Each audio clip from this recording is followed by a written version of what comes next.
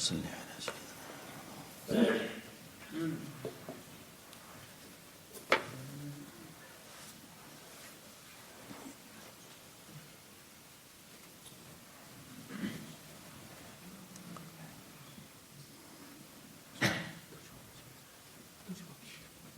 ٹھیک ہے کہہ دو.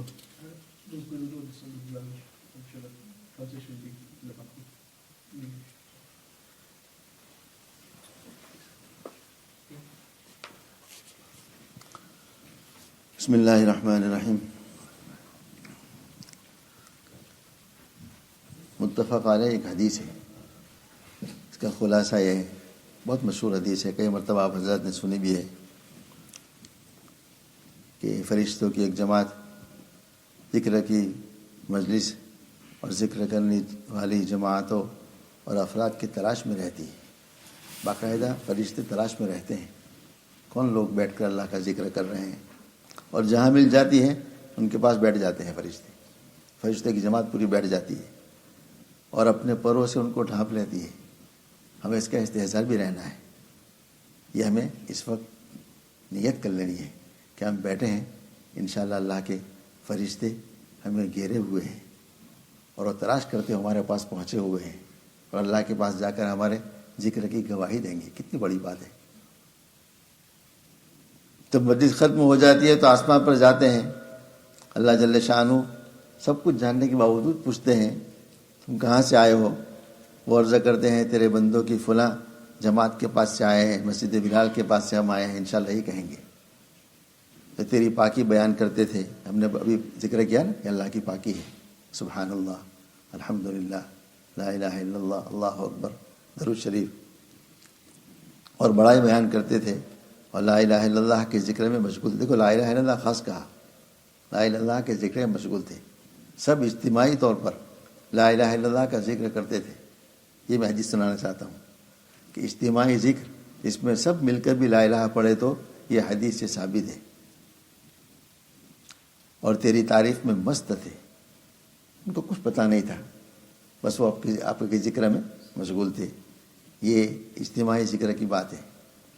اور جہری ذکر کے بارے میں حضرت شیخ نے بھی لکھا ہے کہ تم اللہ کا ذکر ایسا کرو کہ لوگ تمہیں پاگل کہیں.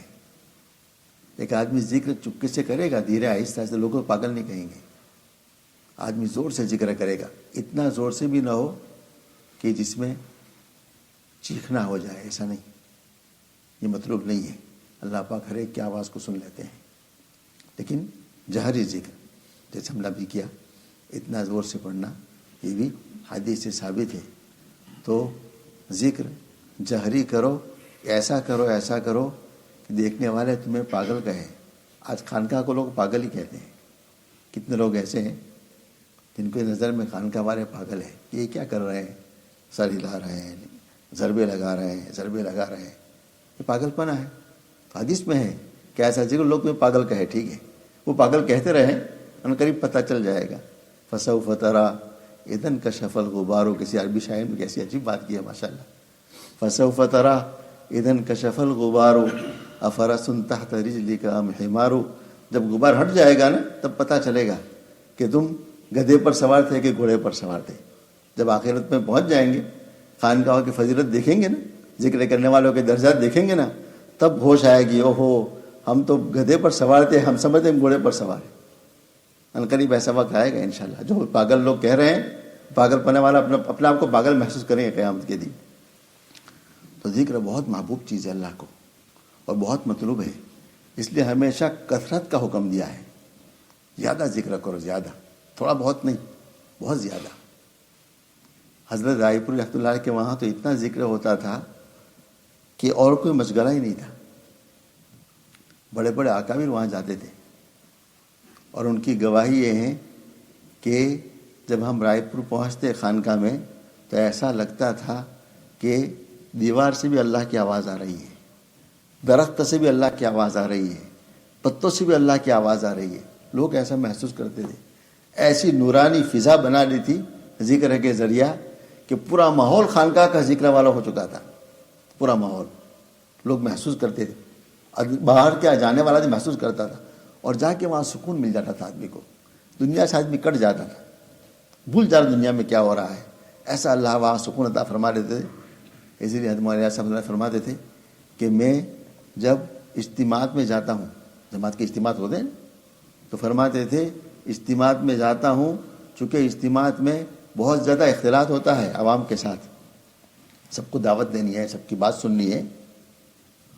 تو خود فرماتے ہیں جب میں اجتماعات میں جاتا ہوں تو اجتماعات میں جانے کی وجہ سے میرے دل میں کچھ کمی آتی ہے. انداز لگاؤ کہاں جا رہے ہیں مولانا صاحب؟ سنیما میں جا رہے ہیں، دنیا کی مشغلوں میں جا رہے ہیں، دعوت کے جلسوں میں. ہم ایک مجموعے کو تیار کر کے لا رہے ہیں اللہ کے گھر میں، ایک ٹینٹ میں جمع کر رہے ہیں، اللہ کی دین کی باتیں ہو رہی ہے، مگر ظاہر ہے بہت بڑا طبقہ عوام کا ہے، عوام کا مجمع ہے، نئے نئے مجمع آیا ہے، ابھی ان کا اللہ کے ساتھ تعلق نہیں بنا ہے. ان کے ساتھ اختلاط تو کرنا پڑا نا، عزت کو رہنا پڑا، بات کرنی پڑی. فرمایا مجھے اس اجتماع سے دل میں کچھ کمی محسوس ہوتی ہے، میں اس کمی کو پورا کرنے کے لیے رائے پور چلا جاتا ہوں. رائے پور جا رہے تھے اجتماع کے بعد. آپ کوئی جاتا ہے؟ کوئی نہیں جاتا. رائے پور جا کے رہتے تھے تاکہ وہ دل کی قدرت ختم ہو جائے، اللہ کا تعلق اور زیادہ مضبوط ہو جائے. یہ کون فرما رہے ہیں؟ امت کا داعی اور بہت بڑا امت کا مخلص اور بہت بڑا مفکر امت کا اور بہت بڑا محسن امت کا، جن کے احسان میں پوری امت دبی ہوئی ہے اس وقت. وہ آدمی فرما رہے ہیں کہ میں خود جاتا ہوں رائے پور اپنے دل کی قدرت کو ختم کرنے کے لیے، اپنی کمی کو ختم کرنے کے لیے. اس لیے ایسی مجالس میں آدمی کو شرکت کرنی چاہیے، اس میں ذکر کے حلقے ہوں. دیکھو بولنے والا محتاج، ہم سب محتاج ہیں. کوئی آدمی دعویٰ نہیں کر سکتا میرا تزکیہ ہوا ہے، میں کامل، کوئی کامل نہیں ہے. کامل اللہ کے نبی کی ذات ہے، بس انبیاء علیہ السلام کامل ہیں، فرشتہ اور صحابہ کو اللہ نے کامل بنایا ہے. پھر سارے انسان درجات سب میں ہیں، بڑے بڑے اولیاء ہیں، ہم عام لوگ ہیں، ہم کوئی دعویٰ نہیں کر سکتے. لیکن اللہ سے ہمیشہ ہمیشہ ہمیں کوشش کرتے رہنا ہے، اللہ سے مانگتے رہنا ہے. اتنا مانگنا ہے، اللہ کا اتنا ذکر کرنا ہے کہ ہمارے دل سے غیر اللہ نکل جائے. رہے گا غیر اللہ ہمیشہ، مجاہدہ بہت کرنا پڑے گا آدمی کو ہر وقت. اور اتنا اللہ کا تعلق پیدا ہو جائے، اتنا ہو جائے کہ ہمارے زندگی کے کسی شعبے میں ہم سے اللہ کا حکم نہ چھوٹے. کسی شعبے میں، حالات پر بھی، اچھے حالات پر، برے حالات پر بھی، اچھے حالات پر بھی. غم آ گیا، انسان ہے، غم آئے گا، دنیا ہے غم کی جگہ، یہاں غم رہنا ہے آدمی کو. غم کے وقت بھی اللہ کو آدمی نہ بھولے، انا للہ و انا الیہ راجعون، اس کی طرف توجہ، بس اللہ سے دعا. شکایت حرف کوئی نہ ہو. نعمتیں آ جائیں، اللہ تعالیٰ شکر احسان الحمدللہ، ہر وقت اللہ ہمارے سامنے ہو بس. اور اتنا ایمان کو مضبوط کرنا ہے، اتنا اللہ کا تعلق پیدا کرنا ہے کہ اللہ کے حکموں کو پورا کریں اور بشاشت ہو، بوجھ محسوس نہ ہو. فجر میں اٹھا آدمی، بارش ہے، برف باری ہے، جی نہیں چاہتا. ارے ہم کمزور ہیں، جی نہیں چاہتا، گھر میں نماز پڑھ لے بس. اللہ کا اتنا تعلق پیدا ہو جائے ہمیں کہ اس وقت ہم اس مجاہدہ میں اپنے نفس کو مار دیں، اللہ گھر میں جا کے نماز پڑھنی ہے. یہ مطلوب ہے تزکیے کا، یہ مطلوب ہے ہماری مجالس کا. ہم سب محتاج، ہمیں اپنے اندر اتنا اللہ کا تعلق پیدا کرنا ہے کہ 24 گھنٹے کی زندگی میں کوئی حکم نہ چھوٹے اور کوئی نافرمانی نہ ہو. یہ بہت مشکل کام ہے. اعمال کا کر لینا آسان ہے، لیکن گناہوں سے بچنا بہت مشکل ہے. یہ بہت مشکل کام ہے. شیطان یہاں آدمی کو بہکا دیتا، بس بڑوں بڑوں کو مار دیا شیطان نے. یہاں اچھے اچھے دیندار گھرانے اور دیندار کہے جانے والے فیملیوں میں بھی ایسے حالات ہیں جس کے کوئی انتہا نہیں. مسلمان کی شادی ہو رہی ہے اور نیک لوگوں کے گھر میں شادی ہو رہی ہے، اور کیا شرط ہو رہی ہے؟ ہمارے گھر میں شرعی پردہ نہیں ہوگا. یہ جملہ ایسا ہے شاید ایمان چلا جائے، شاید ایمان چلا جائے. بہت خطرناک جملہ ہے. ایک تو آدمی نہ کرے، گھر کا ماحول، ہمارے معاشرے کا ماحول ایسا ہے کہ آدمی نہیں بچ سکتا. اللہ سے توبہ کر لے، استغفار کر لے، کوشش کرتا رہے. یہ شرط لگانا کہ میرے گھر میں شادی جب ہوگی جب میرے گھر میں شرعی پردہ نہ ہوگا، یہ ایسا ہے شادی ایمان آدمی کا ختم ہو جاتا ہے۔ یہ مسلمان گھرانے میں ہو رہا ہے، دیندار گھرانے میں ہو رہا ہے، یہ دیندار گھرانوں میں پہلے شرط کرتے ہیں کہ ہمارے وہاں شرعی پردہ نہیں ہو سکتا۔ تو ایسی شرط کیوں کرتے ہو آپ؟ اتنا خطرناک جملہ کہ آدمی کا ایمان ضائع ہو جائے، کچھ تو ہمیں سوچنا چاہیے نا۔ شادی ہم کر رہے ہیں، شادی سنت ہے، ایک سنت عمل میں آدمی ایمان ضائع کر رہا ہے، کیوں؟ ہمیں معاشرے کو بدلنا نہیں ہے، شریعت کو بدلنا ہے۔ آج ہمارا مزاج ایسا بن گیا، ہم دین کو بدلنا چاہتے ہیں، خود بدلنا نہیں چاہتے۔ جیسے آج کل ایک رواج پڑا ہے نا، یہاں تو کم ہے، امریکہ کے ملکوں میں دیکھ لو، جمعہ کے دن خطبہ انگلش میں، کہیں گے لوگ سمجھتے نہیں، تو کل لوگ کہیں گے ہم نماز نہیں سمجھتے، قرات بھی انگلش میں کر دو، پھر قرآن بھی انگلش میں پڑھ لو۔ بھائی ہونا کیا طریقہ چاہیے؟ تو لوگ سمجھتے نہیں، ان کو کہیں اب عربی سیکھو، اتنا عربی سیکھ لو کہ آپ خطبہ سمجھ سکے۔ ہونا ہی چاہیے نا، ان کو ترغیب دو کہ بھائی آپ عربی زبان اتنی سیکھ لو۔ آج ہندو پاک سے یہاں آنے والے انٹرویو کے لیے، شادی کے لیے، جاب کے لیے انگلش سیکھ لیتے ہیں بہت کم وقت میں، اور بولتے ہو پڑھ بھی لیتے ہیں، بول لیتے ہیں۔ کیوں؟ ایک مقصد ہے نا، سفر کرنا ہے، ویزا لینا ہے، تو انگلش سیکھ لی۔ تو ہر جمعہ کو امام ہم سے کیا کہہ رہے ہیں، تو ہم تھوڑا عربی کیوں نہیں سیکھ سکے؟ نہ سیکھے تو بس چپکے سے سن لو، ثواب ملے گا پھر بھی۔ لیکن یہ خطبے کو بدل دو، دین کو بدلو، خود نہ بدلو، یہ ہمارا مزاج ہے۔ یہاں بھی ایسا ہمارا مزاج ہو گیا نا، گھر میں ہم شرعی پردہ نہیں کریں گے۔ بھائی ہمیں کیا کرنا چاہیے؟ شرعی پردہ زندہ کرنا ہے، یہ اللہ کا حکم ہے۔ گناہ ہے دو بھائیوں کی دو بیویاں آپس میں دیکھیں ایک دوسرے کو، یہ گناہ ہے۔ اور ہم متقی بھی ہیں ماشاءاللہ، سارے ہم سب متقی ہیں، ہمارا تقویٰ تو ختم ہوتا ہی نہیں کبھی۔ ہمیں غور کرنا ہے، ہمارے گھر میں شرعی پردہ نہ ہو تو آج سے توبہ کرنی ہے، عہد کرنا ہے، گھر میں اس کو زندہ کرنا ہے۔ کوئی مائنڈ نہیں کرے گا، اللہ کے حکم کو مائنڈ کرے تو کرتا رہے، میں کیا ہے؟ بھائی ناراض ہو، اللہ سے ناراض ہوتا رہے۔ ہمارے ذہن میں کیا؟ اللہ ناراض نہ ہو، بس بھائی ناراض ہوگا، فیملی ناراض ہوگی، رشتہ دار ناراض ہوں گے، ان کی ناراض ہونے کیا ہو جائے گا؟ وہ ہمیں پال رہے ہیں، انہوں نے ہمیں جوان دی، انہوں نے صحت دی، ہمیں اللہ نے سب کچھ دیا ہے۔ ہمیں اللہ کو خوش کرنا ہے، بس لوگ ناراض ہو۔ اللہ کا وعدہ ہے، آپ اللہ کے دین کو زندہ کر دو، لوگ ناراض ہوں گے، اللہ ان کو راضی کر دے گا۔ قلوب تو اللہ کے ہاتھ میں ہے نا۔ اگر ہم نے اللہ کو ناراض کر دیا اور لوگوں کو خوش کیا، اللہ کی قسم اللہ سب کے دلوں کو توڑ دیں گے۔ اللہ کا نظام ہے، ہم بدلنا نہیں چاہتے۔ دینداری ہماری ہے، نماز ہو رہی ہے ماشاءاللہ، کوئی بات، تلاوت ہو رہی ہے، چلے بھی ہو رہے ہیں، عمرہ بھی ہو رہا ہے، سب کچھ ہو رہا ہے۔ وہ پٹری وہی ہے ہماری، بے دینی وہی ہے گھر میں، بے پردے کی وہی، وہ تو رہے گی، وہ نہیں وہ ختم ہو سکتی۔ کیوں ختم کرے؟ اس کو زندہ کرنا ہے، اس کو ہمارے گھروں میں۔ معاشرے کو بدلو، ماحول کو بدلو۔ مجاہدہ یہ ہے، مجاہدہ والذین جاہدوا فینا، یہ ہے، یہ والذین ہے کہ آدمی اتنا مجاہدہ گھر میں پیدا کر دے کہ گھر والوں کا ایک ایک ذہن بن جائے ہمارے گھر میں دین زندہ کرنا ہے بس۔ دیکھو ذرا دین کے کسی شعبے کا مزاح، دین کے کسی شعبے کو ادنا سمجھنا، یہ ایسا خطرناک معاملہ ہے کہ اس سے آدمی کا ایمان ختم ہو جاتا ہے۔ اعمال کی کمزوری سے ایمان ختم نہیں ہوتا، ایسے اعمال سے ایمان ختم ہو جاتا ہے۔ وہ سورہ توبہ میں ایک آیت ہے، اس کا مفہوم یہ ہے، مجھے آیت تو پوری یاد نہیں ہے۔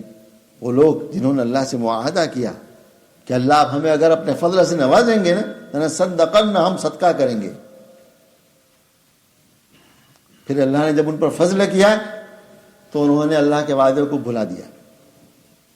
اس کی تفسیر میں علماء نے لکھا کہ ایک صاحب آپ صاحب کی خدمت میں آئے، ثعلبہ ان کا نام تھا، ثعلبہ بن ابی حاتم۔ دیکھو ایک بات سن لو، ایک درمیان میں دو ثعلبہ ہیں۔ ایک ثعلبہ انصاری صحابی ہے، بدری صحابی ہے، وہ نہیں یہاں مراد ہے۔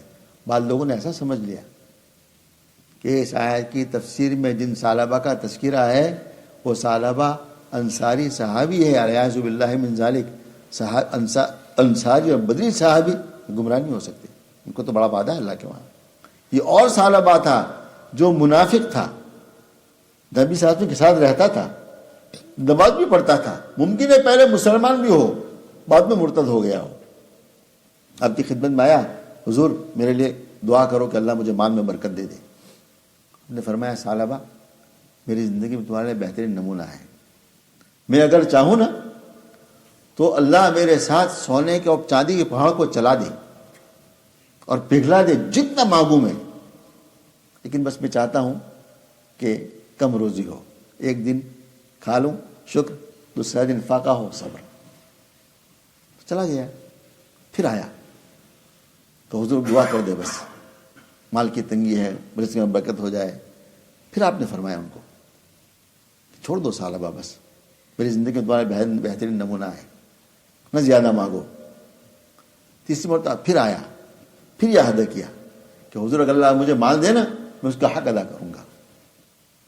حضور نے دعا فرما دی کہ اللہ ثعلبہ کے مال میں برکت دے دے۔ آپ صلی اللہ علیہ وسلم کی دعا تھی۔ حدیث میں ہے بکریوں کا ریوڑ اتنا جیسے کیڑے ہیں، کیڑے ایسے بکریوں میں برکت ہوئی کہ مدینہ کی گلی میں رہنا مشکل ہو گیا۔ جو آدمی 5 وقت کی نماز آپ صلی اللہ علیہ وسلم کے پیچھے پڑھتا تھا مسجد نبوی میں، اب کیا ہوا، بکریاں زیادہ آئی نا تھوڑا دور چلا گیا۔ ہمیں جب بہت پیسے آتے ہیں ایسا سوچتا ہے، میں ذرا کوائٹ ایریا، ایسا ہوتا ہے لوگوں کے ذہن میں، کوائٹ ایریا، مالدار ایریا۔ کوائٹ مالدار ایریا میں ماحول نہیں ہوتا، نمازوں کا ماحول نہیں ہوتا، شرم و حیا کا ماحول نہیں ہوتا۔ اپنے ماحول میں آدمی بہت سے گناہوں سے ایسے بچ جاتا ہے، نماز کا اہتمام ہو جاتا ہے، بچوں کے پڑھنے نمازوں کا اہتمام ہو جاتا ہے، اپنے محلے میں رہنے کو ترجیح دو۔ ثعلبہ نے مدینہ سے دور جنگل میں قیام کیا، اب ایسا ہوتا 2 نماز پڑھ لیتا تھا، 3 نماز غائب، پھر ایسا ہوا 2 بھی غائب، ہفتے میں جمعہ بس صرف، پھر اور اتنی بکری بڑی کہ اور تھوڑا دور گیا تو جمعہ بھی غائب۔ اب اتنا ہوتا جمعہ کے دن تھوڑا اپنے ریور سے باہر نکلتا اور کوئی قافلہ جاتا آپ صلی اللہ علیہ وسلم کا، صحابہ کا، ان کو پوچھ رہتا حضور کا کیا حال ہے۔ اتنے میں اللہ پاک نے آیت اتار دی زکوٰۃ کی، تو آپ نے 2 سفیروں کو بھیجا کہ جاؤ فلاں فلاں جگہ، ثعلبہ کے بعد بھی جاؤ۔ تو اللہ کے نبی کے سفیر گئے ثعلبہ سے زکوٰۃ وصول کرنے کے لیے۔ آپ نے حکم بھی دیا تھا، خط لکھ کے دیا تھا جانوروں کی ترتیب کہ کتنی جانوروں میں کتنی زکوٰۃ ہے۔ تو اس نے جب پڑھا نا، اس کی زبان سے ایک جملہ نکلا، ہذہ جزیہ، یہ تو جزیہ ہے، ٹیکس ہے، یہ زکوٰۃ تھوڑی ہے۔ بس اس جملے نے اس کا ایمان ختم کر دیا۔ یہ اللہ کے حکم کی تحقیر۔ نبی صلی اللہ علیہ وسلم کے پیچھے نماز پڑھنے والا زبان سے ایک جملہ نکلا، ہذہ جزیہ، اس جملے نے خطرناک طور پر اس کے ایسے اعمال ختم کر دیے کہ ایمان چلا گیا۔ جب سفیر آئے آپ ساتھ کی خدمت میں بیٹھے، کارگزاری پوچھی، کہا ثعلبہ نے ایسا کہا ہے، تو آپ کی زبان سے نکلا وہی حق یا ثعلبہ، 3 مرتبہ، افسوس تم پر ثعلبہ، افسوس تم پر۔ ثعلبہ کے خاندان کے لوگ بیٹھے ہوئے تھے، رشتہ دار، وہ فوراً گئے، ثعلبہ تم نے کیا کیا؟ اللہ کے نبی نے تمہارے لیے مسجد میں ہلاکت کے جملہ فرمایا ہے اور 3 مرتبہ فرمایا۔ آیا آپ کی خدمت میں، کہ حضور میری زکوٰۃ قبول کر لو۔ کہا اللہ نے مجھے منع فرما دیا ہے، تمہاری زکوٰۃ قبول نہیں کرتا۔ یہ جو جملہ تھا نا مجھے پھر کہنا تھا، ہذہ جزیہ، یہ ٹیکس ہے۔ ہمارے گھر میں شرعی پردہ نہیں چلے گا، داڑھی ہو تو ہم شادی نہیں کرتے، پردے والا ہم شادی نہیں کرتے۔ یہ جملے ایسے ہیں جیسے ثعلبہ کا ایمان چھینا کہیں ہمارا ایمان نہ چھن جائے۔ چلا گیا۔ پھر ابو بکر صدیق کے دور میں رضی اللہ تعالیٰ عنہ کہ میری زکوٰۃ قبول کر لو۔ کہا حضور نے قبول، میں کیسے قبول کروں؟ حضرت عمر کے زمانے میں پھر آیا رضی اللہ تعالیٰ عنہ، آپ نے بھی قبول نہیں کی۔ حضرت عثمان کے زمانے میں پھر آیا، آپ نے قبول نہیں کی، اسی زمانے میں مرتد پر مرا۔ بہت ہمیں اللہ سے اتنا تعلق پیدا کر دینا ہے کہ ہمارا ہر حکم، اللہ کا ہر حکم ہمیں بشاشت کے ساتھ قبول کرنے پر اللہ ابھار دے، ہمارا ایمان ہمیں ابھار دے. کوئی اللہ کا حکم ہمیں ایسا نہ ہو بوجھ محسوس ہو. ایک فطری ہے، آدمی کو بوجھ محسوس ہوتا ہے نا. ذکر کرنا بوجھ ہے، جماعت میں جانا ہو بوجھ پڑتا ہے. نہیں چلنا آسان کام ہے، بوجھ پڑتا ہے آدمی کو. بوجھ پڑے گا نکل جائے آدمی، بوجھ پڑے گا ذکر کر لے، بوجھ پڑے گا اللہ کو پورا کر دے. اس مجاہدے سے اللہ پاک وہ اعمال وہ محبت اللہ عطا فرما دیں گے کہ اللہ ہمیں قرب نصیب فرما دیں گے. ہمارے اس تزکیہ کی اس مجلس کا مقصد بس یہ ہے کہ اللہ تعالی ہمارے دل کو اتنا صاف کر دے، ہمارے دل سے غیر نکل جائے. ہمارے دل بس یہی بات ہوگی ہمیشہ، بس تقویٰ، تزکیہ، اللہ کی محبت، اللہ کی معرفت، اللہ کا قرب، جنت، آخرت، بس یہی بات ہوگی. اسی پہ وہی ہمارا مقصد ہے. اس کے بغیر ہمارا چارہ بھی کوئی نہیں ہے.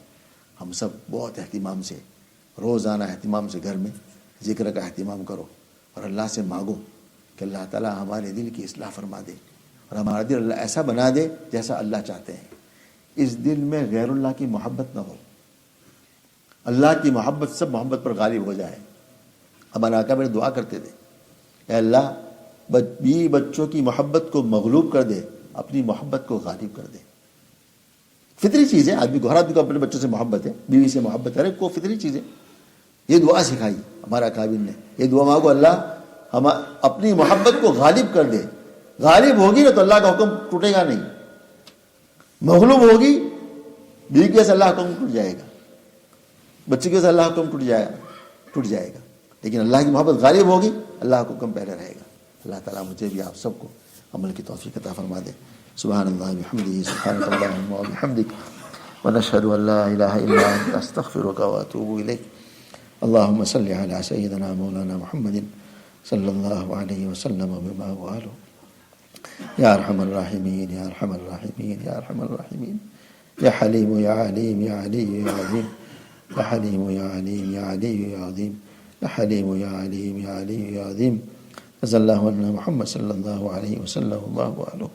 اے اللہ ہماری مغفرت کے فیصلے فرما دیجیے، ہماری ہدایت کے فیصلے فرما دیجیے، ہماری تربیت فرما دیجیے، ہمارا تزکیہ فرمائیے، ہماری اصلاح فرما دیجیے، ہمارے دل سے غیر اللہ کو نکال دیجیے.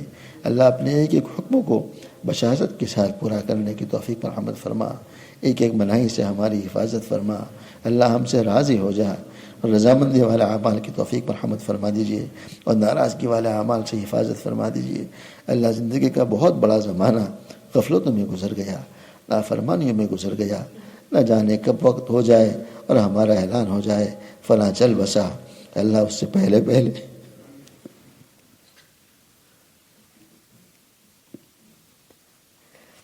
اپنی محبت و معرفت نصیب فرما دیجیے، اپنا قرب و تعلق نصیب فرما دیجیے، اپنے ایک ایک حکموں کو پورا کرنے کی توفیق مرحمت فرما دیجیے، ایک ایک مناہی سے حفاظت فرما دیجیے. راضی ہو جائیے اللہ، رضامندی والے اعمال کی توفیق مرحمت فرما، ناراضگی والے اعمال سے ہماری حفاظت فرما، ہمارے ایمان کی حفاظت فرما، ہمارے نسلوں کی ایمان کی حفاظت فرما. اللہ دین کے ہر شعبوں کی حفاظت فرما، ہر شعبوں میں کام کرنے والوں کی حفاظت فرما. سب میں آپس میں زور محبت نصیب فرما، سب کا تزکیہ فرما، سب کی تربیت فرما. اللہ سب کو ایک اور نیک بنا دیجیے، ان تمام شعبوں کو دین کی اشاعت کا ذریعہ بنا دیجیے. اے اللہ حضرت نبی پاک صلی اللہ علیہ وسلم کی سچی پکی محبت نصیب فرما دیجیے. ایک ایک سنتوں کا اتباع نصیب فرما دیجیے، سنتوں سے محبت نصیب فرما دیجیے. 24 گھنٹے کی زندگی حضرت نبی پاک صلی اللہ علیہ وسلم کے طریقے پر گزارنے کی توفیق مرحمت فرما دیجیے.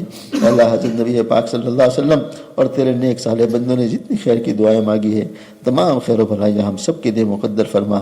جتنی شروع سے پناہ چاہی پناہ نصیب فرما دیجیے. اس مجلس کو بے انتہا قبول فرما دیجیے. کبر ریا سے حفاظت فرمائیے، تواضع و عبیت نصیب فرمائیے، عاجزی نصیب فرمائیے، اپنی رضا نصیب فرمائیے. بولنے والے سننے والے سب کا تزکیہ فرمائیے، سب کی تربیت فرمائیے، سب کو تقویٰ نصیب فرما دیجیے. ہم سب کی آخرت بنا دیجیے، ہم سب کی دنیا بھی بنائیے، آخرت بھی بنائیے.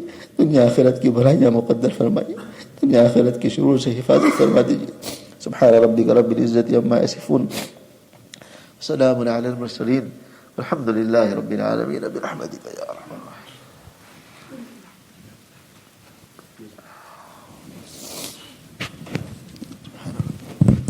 سلام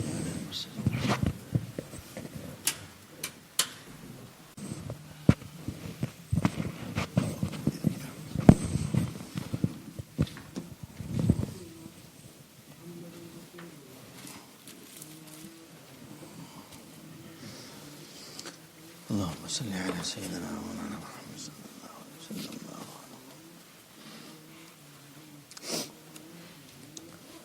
بسم اللہ الرحمن الرحیم.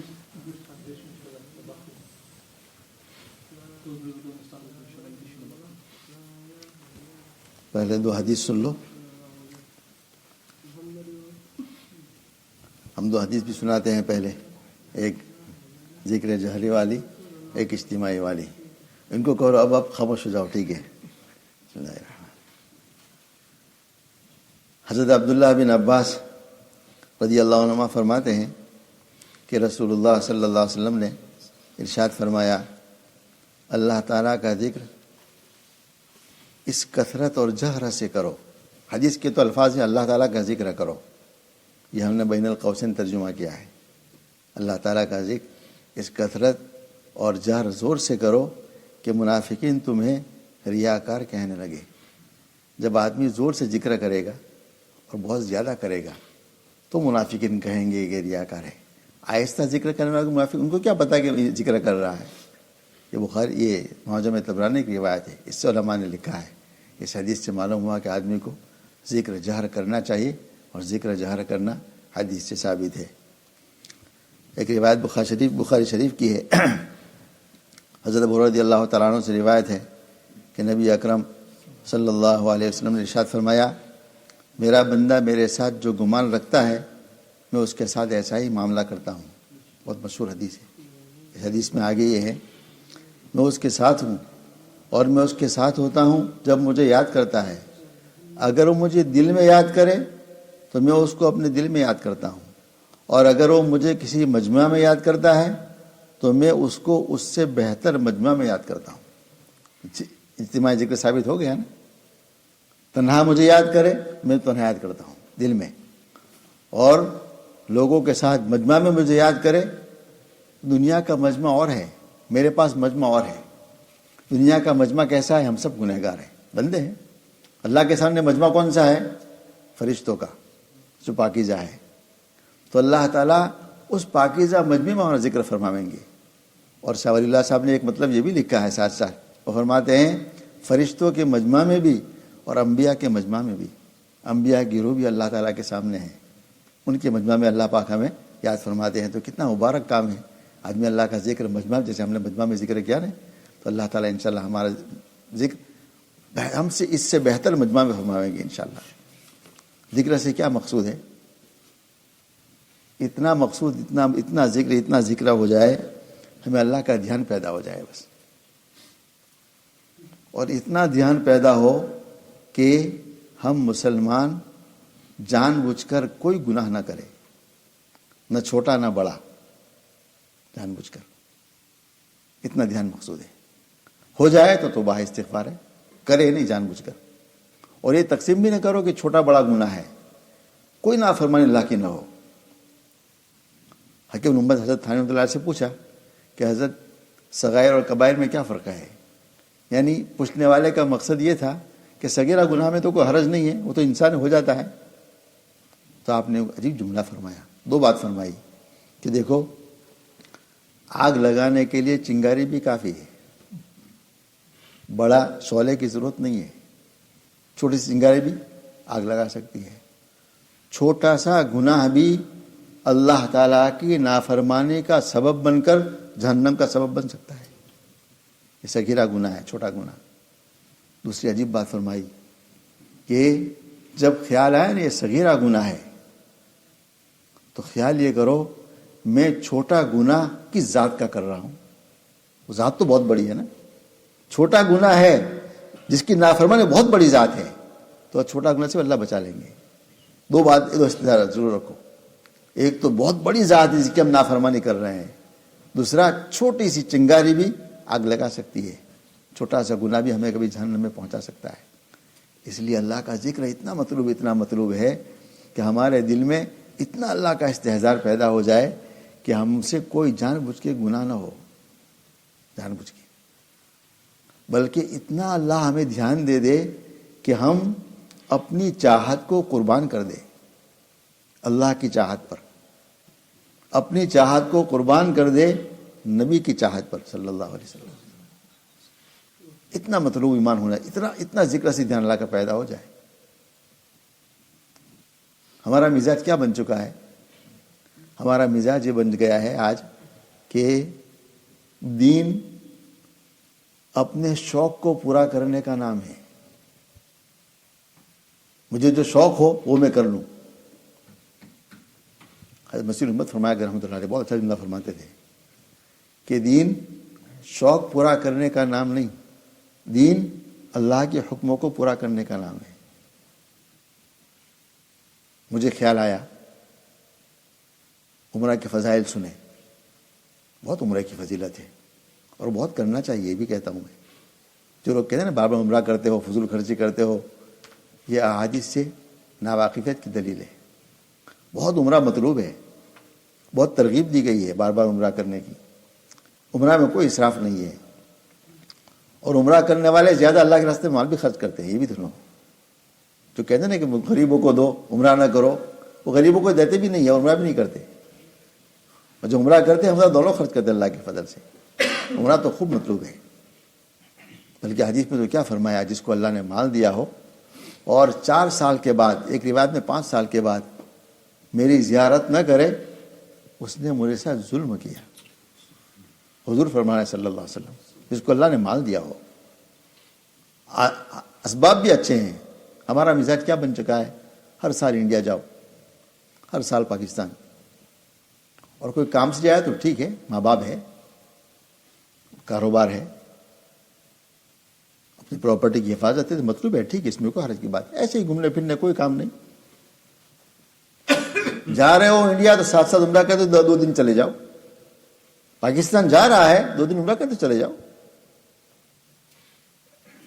عمرہ سے بہت محبت کرنی چاہیے آپ صلی اللہ علیہ وسلم کی ذات اقدس سے. ہمیں ہمارے حضرت مولانا ادریس صاحب رحمۃ اللہ علیہ میرٹھی رحمۃ اللہ میرے استاد تھے نیو ٹاؤن کراچی میں. بہت ضعیف ہو چکے تھے، 90 سال کی عمر کے بعد انتقال ہوا، اور آخری سبق پڑھایا آخری دن جلالین شریف کا، ان الابرار لفی نعیم. یہ سبق پڑھا کے انتقال ہوا ہے. کیسے لوگ تھے؟ آخری سبق یہ پڑھا انہوں نے، پھر انتقال ہو گیا. اور اتنے معذور تھے کہ زیادہ چل نہیں سکتے تھے، بہت آہستہ یوں چلتے تھے بس ایسے. تو ان کا کمرہ مسجد کے ساتھ تھا، مسجد کے صحن کے ساتھ بلڈنگ میں ان کا کمرہ تھا. وہاں سے ہم آتے تھے مسجد میں 2 منٹ میں، ہمارے کمرے سے مسجد 2 منٹ میں آتے تھے. حضرت کو 20 منٹ لگتی تھی کمرے سے مسجد پہنچتے ہوئے، مگر ایک نماز کی تکبیر تحریمہ نہیں جاتی تھی اس ضعیفے میں بھی. تو آخر تک بہت شوق تھا، ہمیں ہر سال عمرہ کرتے تھے. آخری 2-3 سال عمرہ نہیں کر سکے، بہت ضعیف ہو گئے تھے. تو ڈانٹتے تھے مولانا شریف ایسا وغیرہ کو، اپنے ساتھیوں کو، کہ میرا ویزا کیوں نہیں کرواتے ہو. وہ جانور کے ویزا کرواتے کہ بہت معذور ہو چکے تھے، اتنا عشق تھا. بہرحال بات یہاں کر رہا تھا، دیکھو مجھے ایک عمرہ کے فضائل سنے میں نے، مجھے شوق اور عمرہ کر لوں، اور کرنا چاہیے. جس وقت میں جا رہا عمرے میں، اس وقت میرا باپ محتاج ہے خدمت کا، کوئی خدمت کرنے والا نہیں. اب یہ شوق ختم کر دو، یہ فضائل ختم کر دو. مجھے شوق ہے نا کہ مجھے عمرہ کرنا ہے، اور ایک طرف باپ کا حق زیادہ ہے. والد صاحب کے ساتھ کوئی اور آدمی خدمت والا ہے، پھر کوئی حرج نہیں، والد صاحب زیادہ کوئی حرج. لیکن ایسے حالات ہیں کہ والد صاحب کی خدمت کرنے والا کوئی نہیں، وہ آپ کی خدمت کے محتاج ہے. اب آپ ان کو بے سہارا چھوڑ کر جا رہے ہیں. یہ دین نہیں ہوا، یہ شوق پورا کرنا ہوا، دین نہیں ہوا. دین کیا ہے؟ اللہ کے حکم. یہاں آپ اللہ کا حکم کیا ہے کہ خدمت کرو بس. ایسی دسیوں مثالیں ہو سکتی ہے کہ آدمی اپنے شوق سے نہ چلے، اللہ کے حکم کو سمجھ کر چلے بس. پچھلے ہفتہ میں نے کہا تھا نا کہ خطبہ جمعہ شوق ہے لوگوں کو کہ خطبہ انگریزی میں ہو تاکہ لوگ سمجھے. شریعت کی منشا ہے نا عربی میں ہو. اپنی منشا کو قربان کر دو، شریعت کی منشا کو ختم. آج ہمارے وہاں کیا مزاج ہو چکا ہے، عورت پر تو عید کی نماز ہے بھی نہیں. عورت پر عید کی نماز نہیں ہے نا، مردوں پر ہے. ہمارے وہاں عید میں اعلان لگتا ہے کہ فلاں جگہ عید کی نماز ہوگی، عورتوں کا یہ بندوبست کیا گیا ہے. جس پر نماز ہے ہی نہیں اس کا بندوبست کیا گیا ہے. جس پر نماز کو کوئی پوچھتا نہیں. یہ تبلیغ والوں کا احسان ہے کہ کہ بیچارے گھر جا جا کر لوگوں کو ترغیب دے مسجد میں آؤ. جن پر جماعت ضروری ہے، واجب ہے، ان کو خیال کر نہیں کرتا. جن پر جماعت ہے نہیں، اس کی فکر ہو رہی ہے. یہ کیا ہے؟ شوق پورا کرنے کا نام ہے. حضور کی چاہت کیا ہے صلی اللہ علیہ وسلم؟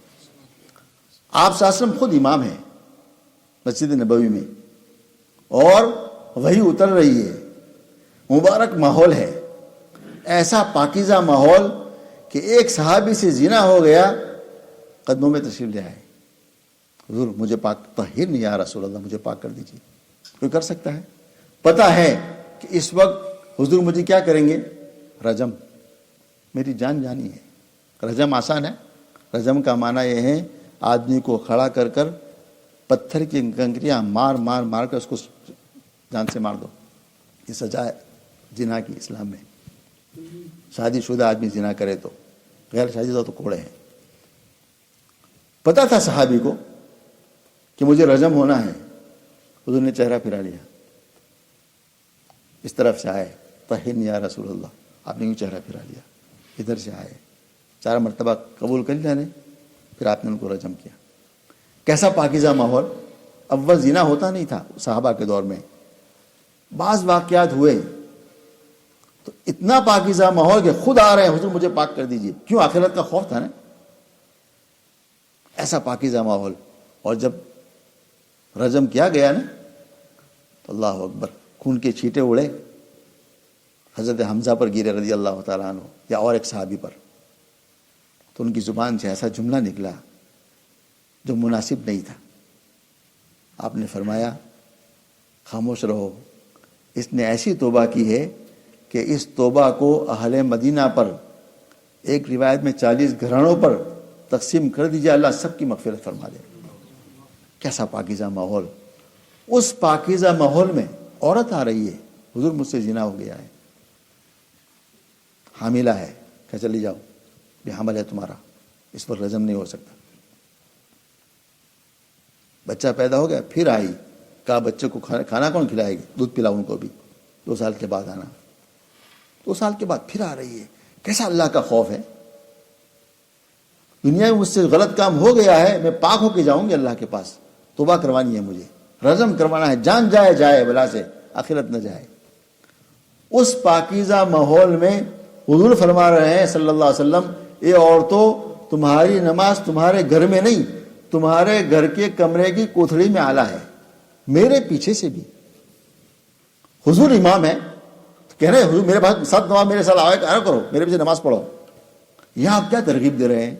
مجھے احادیث میں کوئی ایک حدیث نہیں مل سکی جس میں عورت کو ترغیب دی ہو نماز کی، جماعت کی. ایک حدیث نہیں مل سکی. بہت تلاش کی میں نے، الحمدللہ کوئی نہیں. کوئی فضیلت بیان نہیں فرمایا. یہ بیان گھر پڑھو نماز. اور آپ صلی اللہ علیہ وسلم کے پیچھے تو کتنی اعلیٰ نماز تھی، مسجد نبوی میں کتنی اعلیٰ نماز، اس کو کہنا گھر میں پڑھو. بعض عورتوں نے بعد میں گھر میں نماز پڑھی، مسجد میں آئی نہیں حضور کے ارشاد کے بعد. بعض عورتیں آیا کرتی تھی، اب تو روکا نہیں. کیوں نہیں روکا؟ وہی اتر رہی تھی، اللہ کے احکامات آ رہے تھے، خود حضور صلی اللہ علیہ وسلم موجود تھے. آپ کو دین ان کو عورتوں کو بھی سکھانا تھا. دین کی تکمیل ہو گئی، اب عورتوں کی ضرورت نہیں رہی، اب اپنے گھر میں نماز پڑھے. آج بھی عورت تو حرام، دیکھو مسجد میں عورت آئے تو حرام نہیں، ناجائز نہیں ہے، اس کو کوئی حرام نہیں کہہ سکتا. حضور کے زمانے میں آیا کرتی تھی. مگر میں کہہ کیا رہا تھا، اللہ کے نبی کی منشا کیا تھی؟ میری منشا تھی کہ گھر میں عورتیں نماز پڑھے، مسجد میں نہ آئے. ہم اپنی منشا کو، چاہت کو قربان اللہ کے نبی کی چاہت پر. یہ مطلوب ہے ذکر سے. اتنا ذکر پیدا ہو جائے، اتنا اللہ کا دھیان، ہمارا شوق ختم ہو جائے، بس اللہ کے نبی کی چاہت مکمل ہو جائے. بنگلہ دیش سے ایک عالم تشریف لایا جائے، مفتی محمود صاحب، ابھی بھی حیات ہے، بہت بڑا عالم ہے، ڈھاکہ میں حضرت ہردوئی کے خلیفہ ہیں. انہوں نے یہ بات بھاٹی میں ایک بیان میں ارشاد فرمائی کہ یہی جملہ کہ اللہ کے نبی کی چاہت کو، اپنی چاہت کو قربان کر اللہ کے نبی کی چاہت پر. یہ مثال دی کہ دیکھو حضور کی چاہت یہ تھی عورتیں گھر میں نماز پڑھیں، ہماری چاہت ہے کہ عورتیں مسجد میں نماز پڑھیں. کس کی چاہت ہم قبول کریں گے؟ اللہ کے نبی کی چاہت. یہ مطلوب ہے ذکر سے، یہ مطلوب ہے. ہمارا شوق ختم ہو جائے، ہمارے دل کی تمنا ختم ہو جائے اللہ کے سامنے. بس اللہ کا حکم، اللہ کا حکم، اللہ کا حکم. بس بہت ساری مثال کی ہو سکتی ہے، بس اتنا اللہ کا ذکر، اللہ کا ذکر، اتنا دھیان سے ہونا چاہیے کہ ہمارے دل میں اپنی چاہت اپنا شوق ختم ہو کر اللہ کے حکموں کو پورا کرنے کا شوق پیدا ہو جائے. ورنہ آدمی سمجھے گا میں دین پر عمل کر رہا ہوں اور شاید گناہ کرے گا. جیسے میں نے مثال دی نا، والد محتاج ہے اور عمرہ کر رہا ہے، تو عمرہ تو بہت بڑی فضیلت کا عمل ہے، مگر یہاں یہ بجائے عمرہ کے گناہ کر رہا ہے، باپ کا حق ضائع کر رہا ہے. سمجھ کیا رہا ہے کہ میں نیکی کر رہا ہوں اور گناہ کر رہا ہے. میں شاعر کہتا ہے، وہ بتا رہتا ہوں، شعر بہت عجیب شعر ہے اور بہت اچھا شعر ہے، بہت زمانہ شعر ہے. ہاتھ اٹھائے ہیں مگر لب پر دعا کوئی نہیں. ہاتھ اٹھائے ہیں دعا کوئی نہیں. ہاتھ اٹھائے ہیں مگر لب پر دعا کوئی نہیں. عبادت بھی کی ایسی جس کی جزا کوئی نہیں. عبادت کی مگر بدلہ کوئی نہیں. عمرہ بھی کیا، پیسے بھی خرچ کیے، جان بھی لگائی، مال بھی لگایا، جزا کوئی نہیں. اس لیے بہت اہتمام سے ہمارے اس مجلس کا مقصد یہ ہے، تزکیہ. تزکیہ کا مطلب یہ ہے کہ اپنے دل سے ہر چاہت ختم ہو جائے، اللہ کی چاہت پیدا ہو جائے. بس اللہ کا خوف، اللہ کی عظمت. سارے وعدے تقوی پر ہیں، سارے وعدے تقوی پر ہیں. صحابہ کرام کے کیا کیا شان تھی، اللہ اکبر. کوئی دل میں جذبہ نہیں.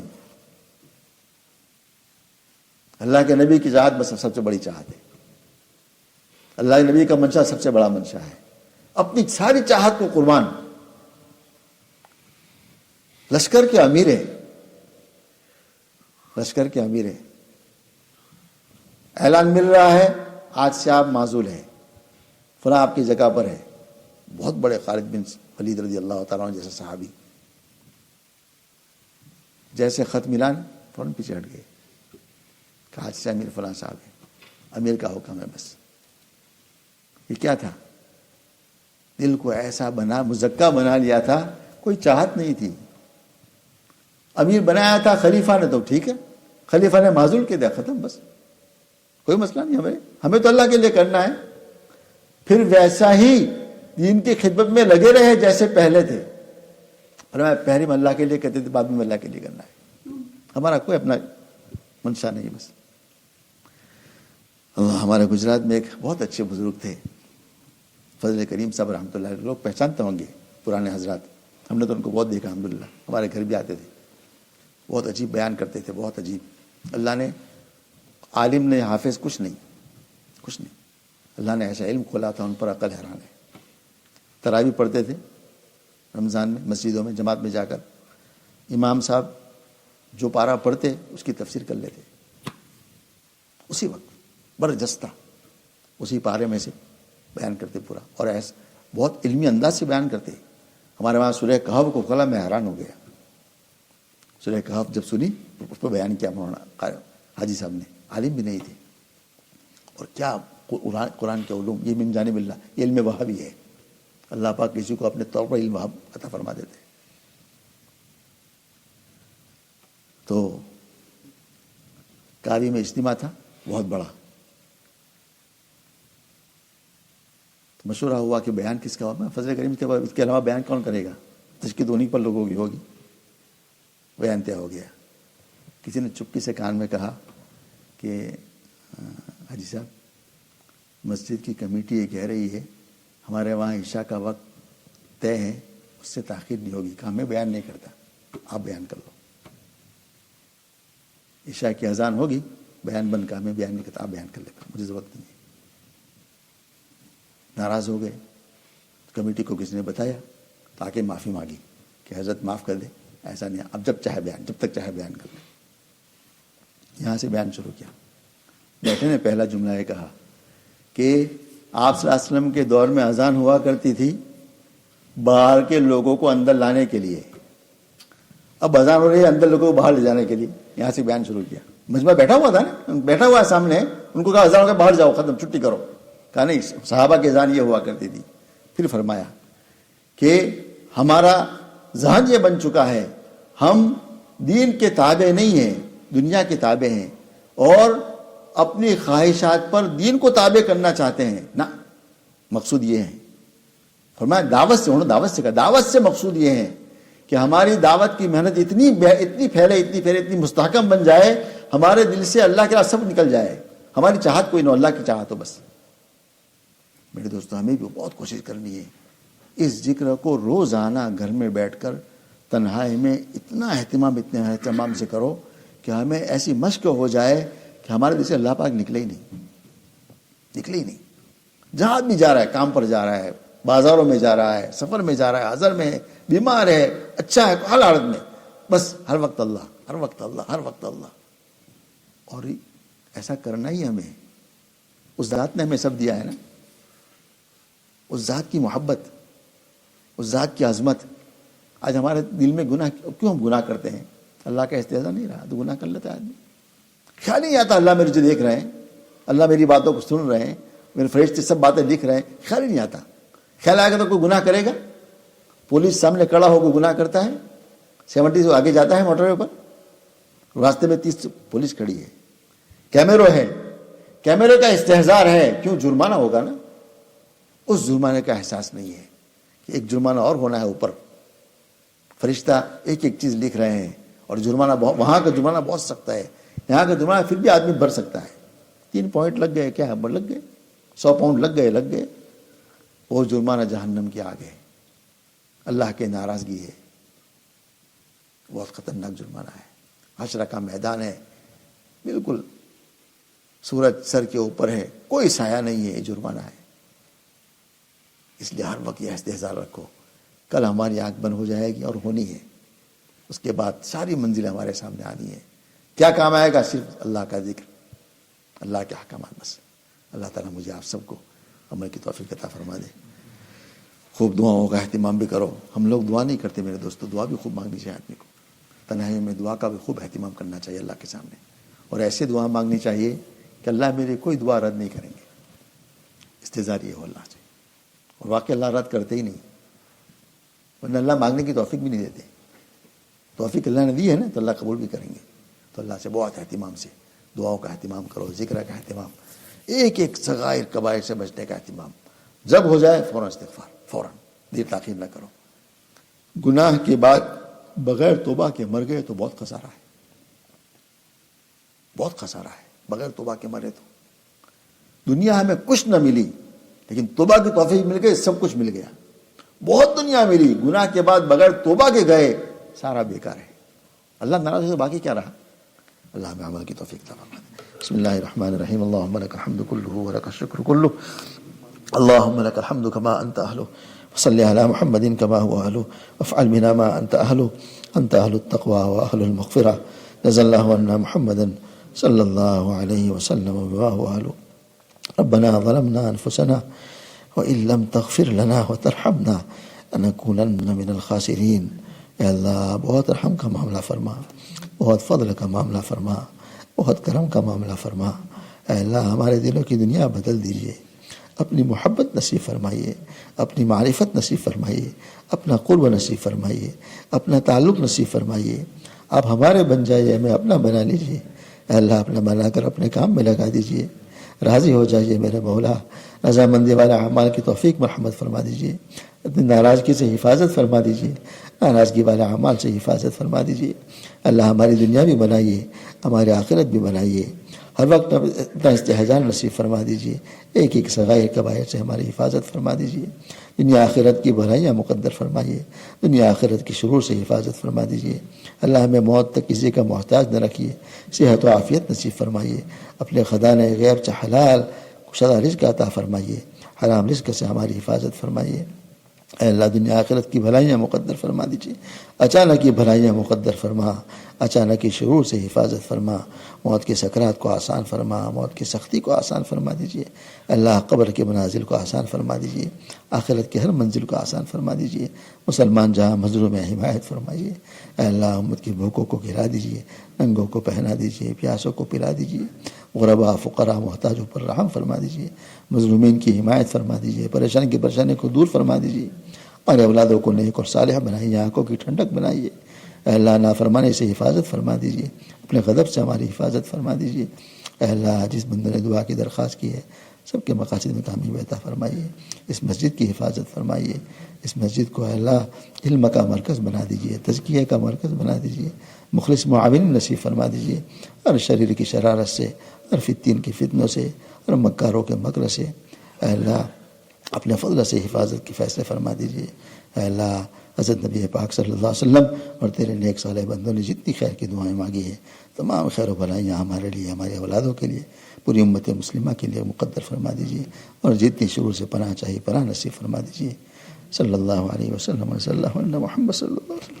سبحان ربک رب العزت عما یصفون، سلام علی المرسلین، الحمد للہ رب العالمین، برحمتک۔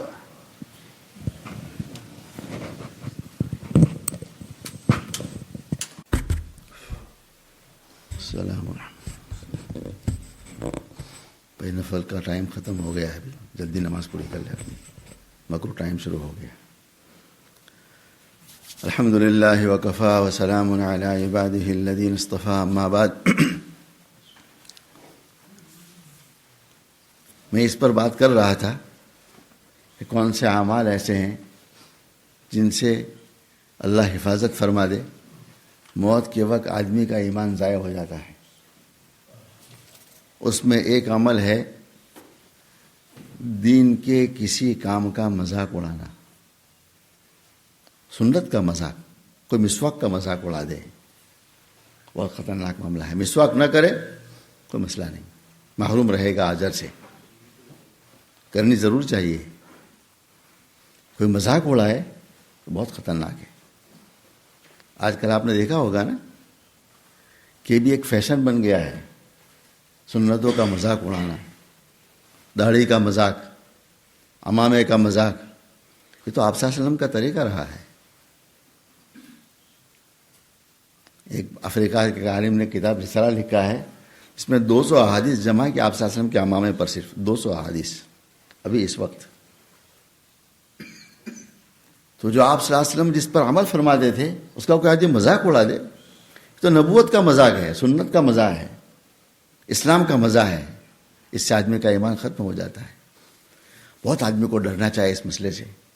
ہم لوگ اپنے کبھی جذبات میں، کبھی غصے میں ایسے جملے بول جاتے ہیں کہ اس سے آدمی کا ایمان ختم ہو جاتا ہے۔ میں نے جمعہ کو بھی عرض کیا تھا، ایک صاحب نے صرف اتنا کہہ دیا، زکوٰۃ کو ہذہ جزیہ، یہ ٹیکس ہے۔ وہ کون تھا؟ ثعلبہ، جو نبی پاک صلی اللہ علیہ وسلم کے پیچھے نماز پڑھتا تھا مدینہ منورہ میں۔ پھر لمبا قصہ ہے، مال آیا، مدینہ سے باہر گیا، اور باہر زکوٰۃ کا وقت آیا تو حضور نے بھیجا صلی اللہ علیہ وسلم، جاؤ ثعلبہ کے پاس زکوٰۃ وصول کرنے کے لیے۔ تو اس نے جب زکوٰۃ کا حکم پڑھا نا، کہا ہذہ جزیہ او اخت جزیہ، یہ تو ٹیکس ہے، ٹیکس کی بہن ہے۔ اتنا جملہ کہنا تو اللہ پاک نے کہا اس کی زکوٰۃ قبول نہیں کر دینا۔ پھر زکوٰۃ لے کر آیا، حضور نے منع فرما دیا۔ پھر آپ کی وفات ہو گئی، پھر حضرت ابوبکر صدیق کے دور میں آیا، آپ نے منع فرما دیا۔ پھر حضرت عمر رضی اللہ عنہ کے دور میں آیا، آپ نے منع فرما دیا۔ حضرت عثمان رضی اللہ کے دور میں آیا، پھر آپ نے منع فرما دیا۔ اسی کے دور میں مرتد ہو کر مرا۔ یہ کیا تھا؟ دین کا مذاق۔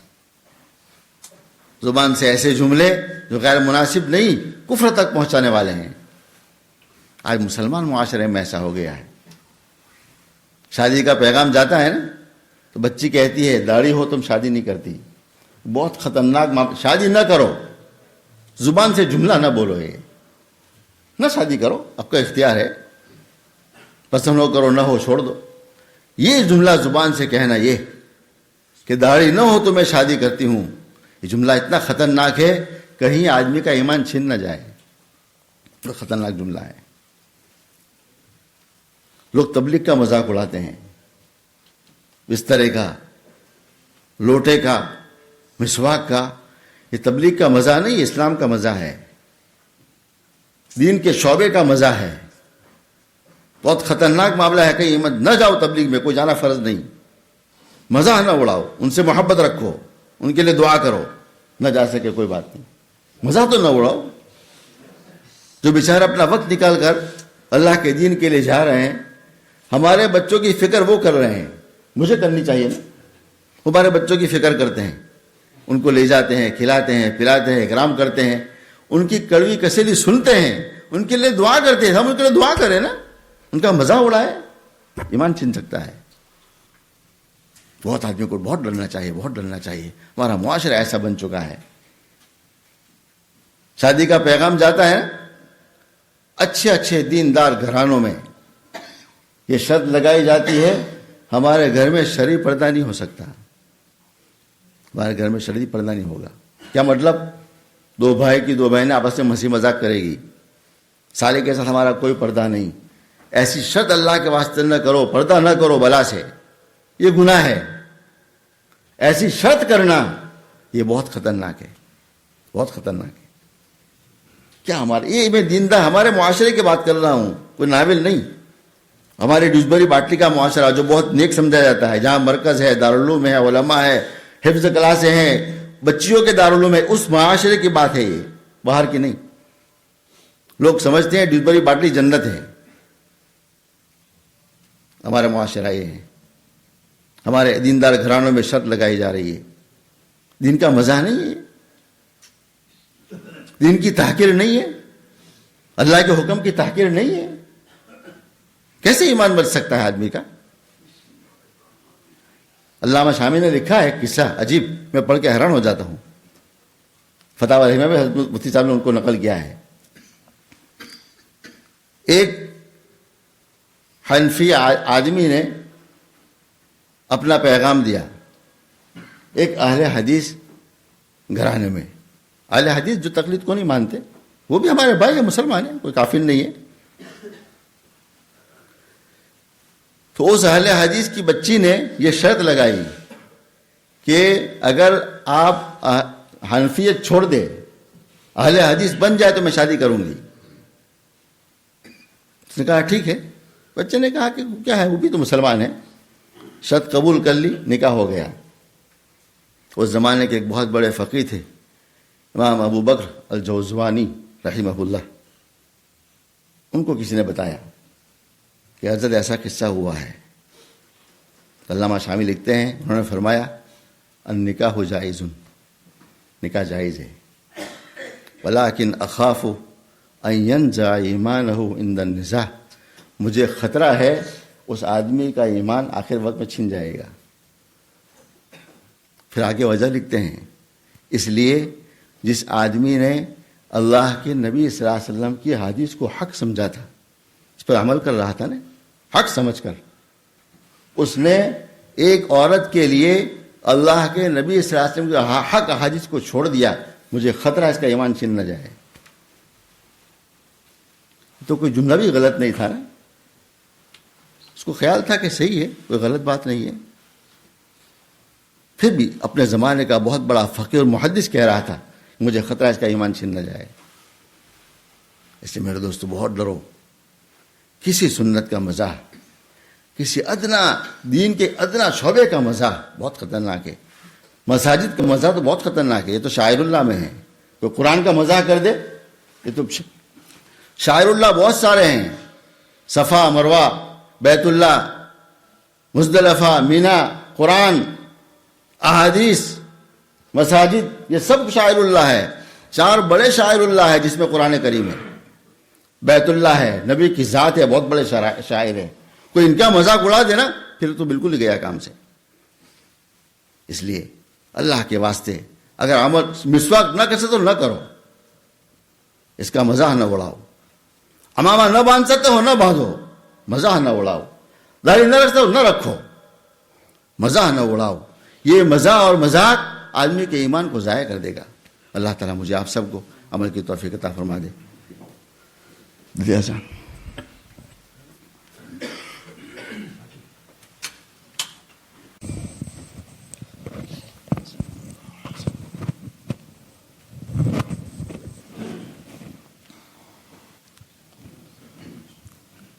بسم اللہ الرحمن الرحیم۔ حضرت ابو شداد بن اوس اور حضرت عبادہ بن ثابت رضی اللہ تعالیٰ عنہما فرماتے ہیں، اور یہ دونوں حضرات تصدیق کرتے ہیں کہ ہم ایک مرتبہ رسول اللہ صلی اللہ علیہ وسلم کے پاس حاضر خدمت تھے۔ آپ صلی اللہ علیہ وسلم نے ارشاد فرمایا، تم میں کوئی غیر تو نہیں ہے، کوئی اور مذہب کا آدمی تو ہمارے مجلس میں نہیں ہے، یہود نصارہ، کوئی اہل کتاب؟ ہم نے عرضی کیا نہیں۔ پھر آپ صلی اللہ علیہ وسلم نے دروازہ بند کرنے کا حکم فرمایا، اور حکم فرمایا اپنے ہاتھوں کو اٹھاؤ اور کہو لا الہ الا اللہ. دیکھو سب سے اجتماعی ذکر کروایا آپ صلی اللہ علیہ وسلم نے، ہاتھ اٹھا کر سب کہو لا الہ الا اللہ، یہ آپ نے ارشاد فرمایا. ہم نے کچھ دیر ہاتھوں کو اٹھائے رکھا اور کلمہ پڑھتے رہے اور ذکر کرتے رہے. پھر آپ صلی اللہ علیہ وسلم نے اپنے ہاتھ مبارک رکھ دیا، خود بھی اپنے ہاتھ اٹھائے تھے، پھر آپ نے ہاتھ کو رکھ دیا اور فرمایا آپ نے مجھے اس کلمہ کے ساتھ مبعوث فرمایا ہے. اے اللہ آپ نے مجھے اس کلمہ کے ساتھ بھیجا ہے دنیا میں اور اس پر مجھے جنت کا وعدہ فرمایا. بے شک آپ وعدہ خلافی نہیں فرماتے. پھر فرمایا خوش ہو جاؤ، بے شک اللہ تعالیٰ نے تمہاری مغفرت فرما دی. یہ ہے ذکر اجتماعی، اس پر میں بات کر رہا تھا. لوگ کہتے اس کو بدعت ہے، یہ حدیث ہے. آپ صلی اللہ علیہ وسلم نے صحابہ کے ساتھ ذکر فرمایا، اجتماعی کروایا، زور سے بھی کروایا، بعد میں بشارت بھی سنائی جنت کی. تمہارے اس پر اللہ پاک تمہیں جنت عطا فرما دیں گے.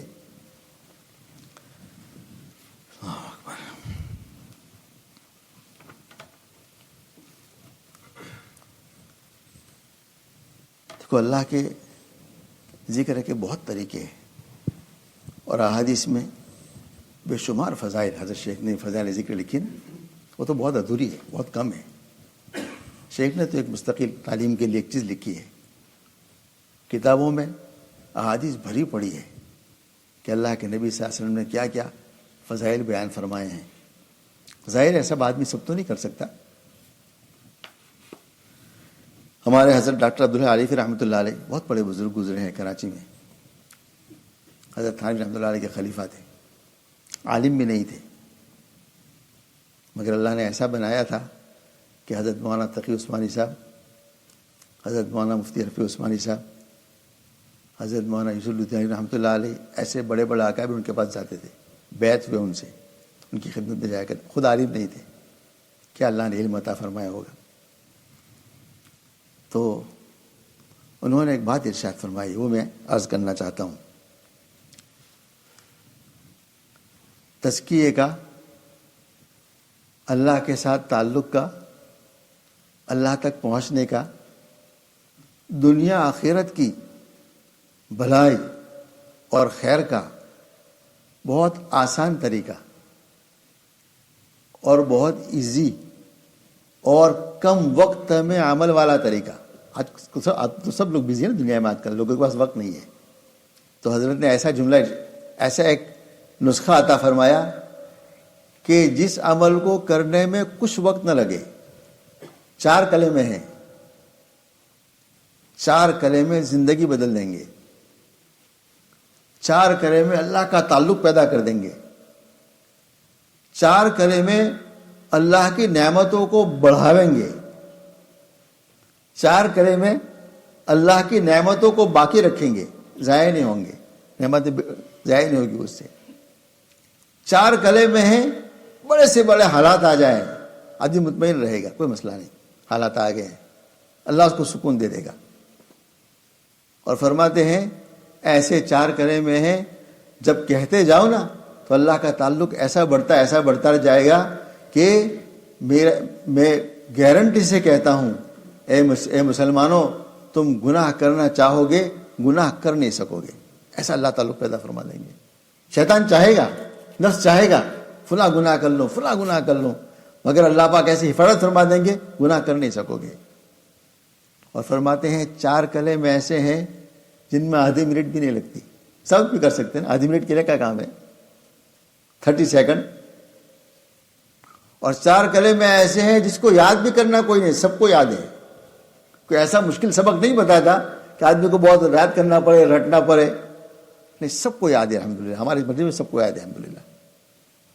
تو ایسے 4 کلمے بہت آسان، کوئی وقت بھی نہ لگے، جس کے پڑھنے سے اللہ کی نعمتیں خوب بڑھے، باقی رہے، نعمتیں نہ چھینے، بڑے سے بڑے حالات پر اللہ پاک سکون دے دے، اللہ سے ایسا تعلق ہو کہ گناہ کرنا چاہے گناہ کر نہ سکے.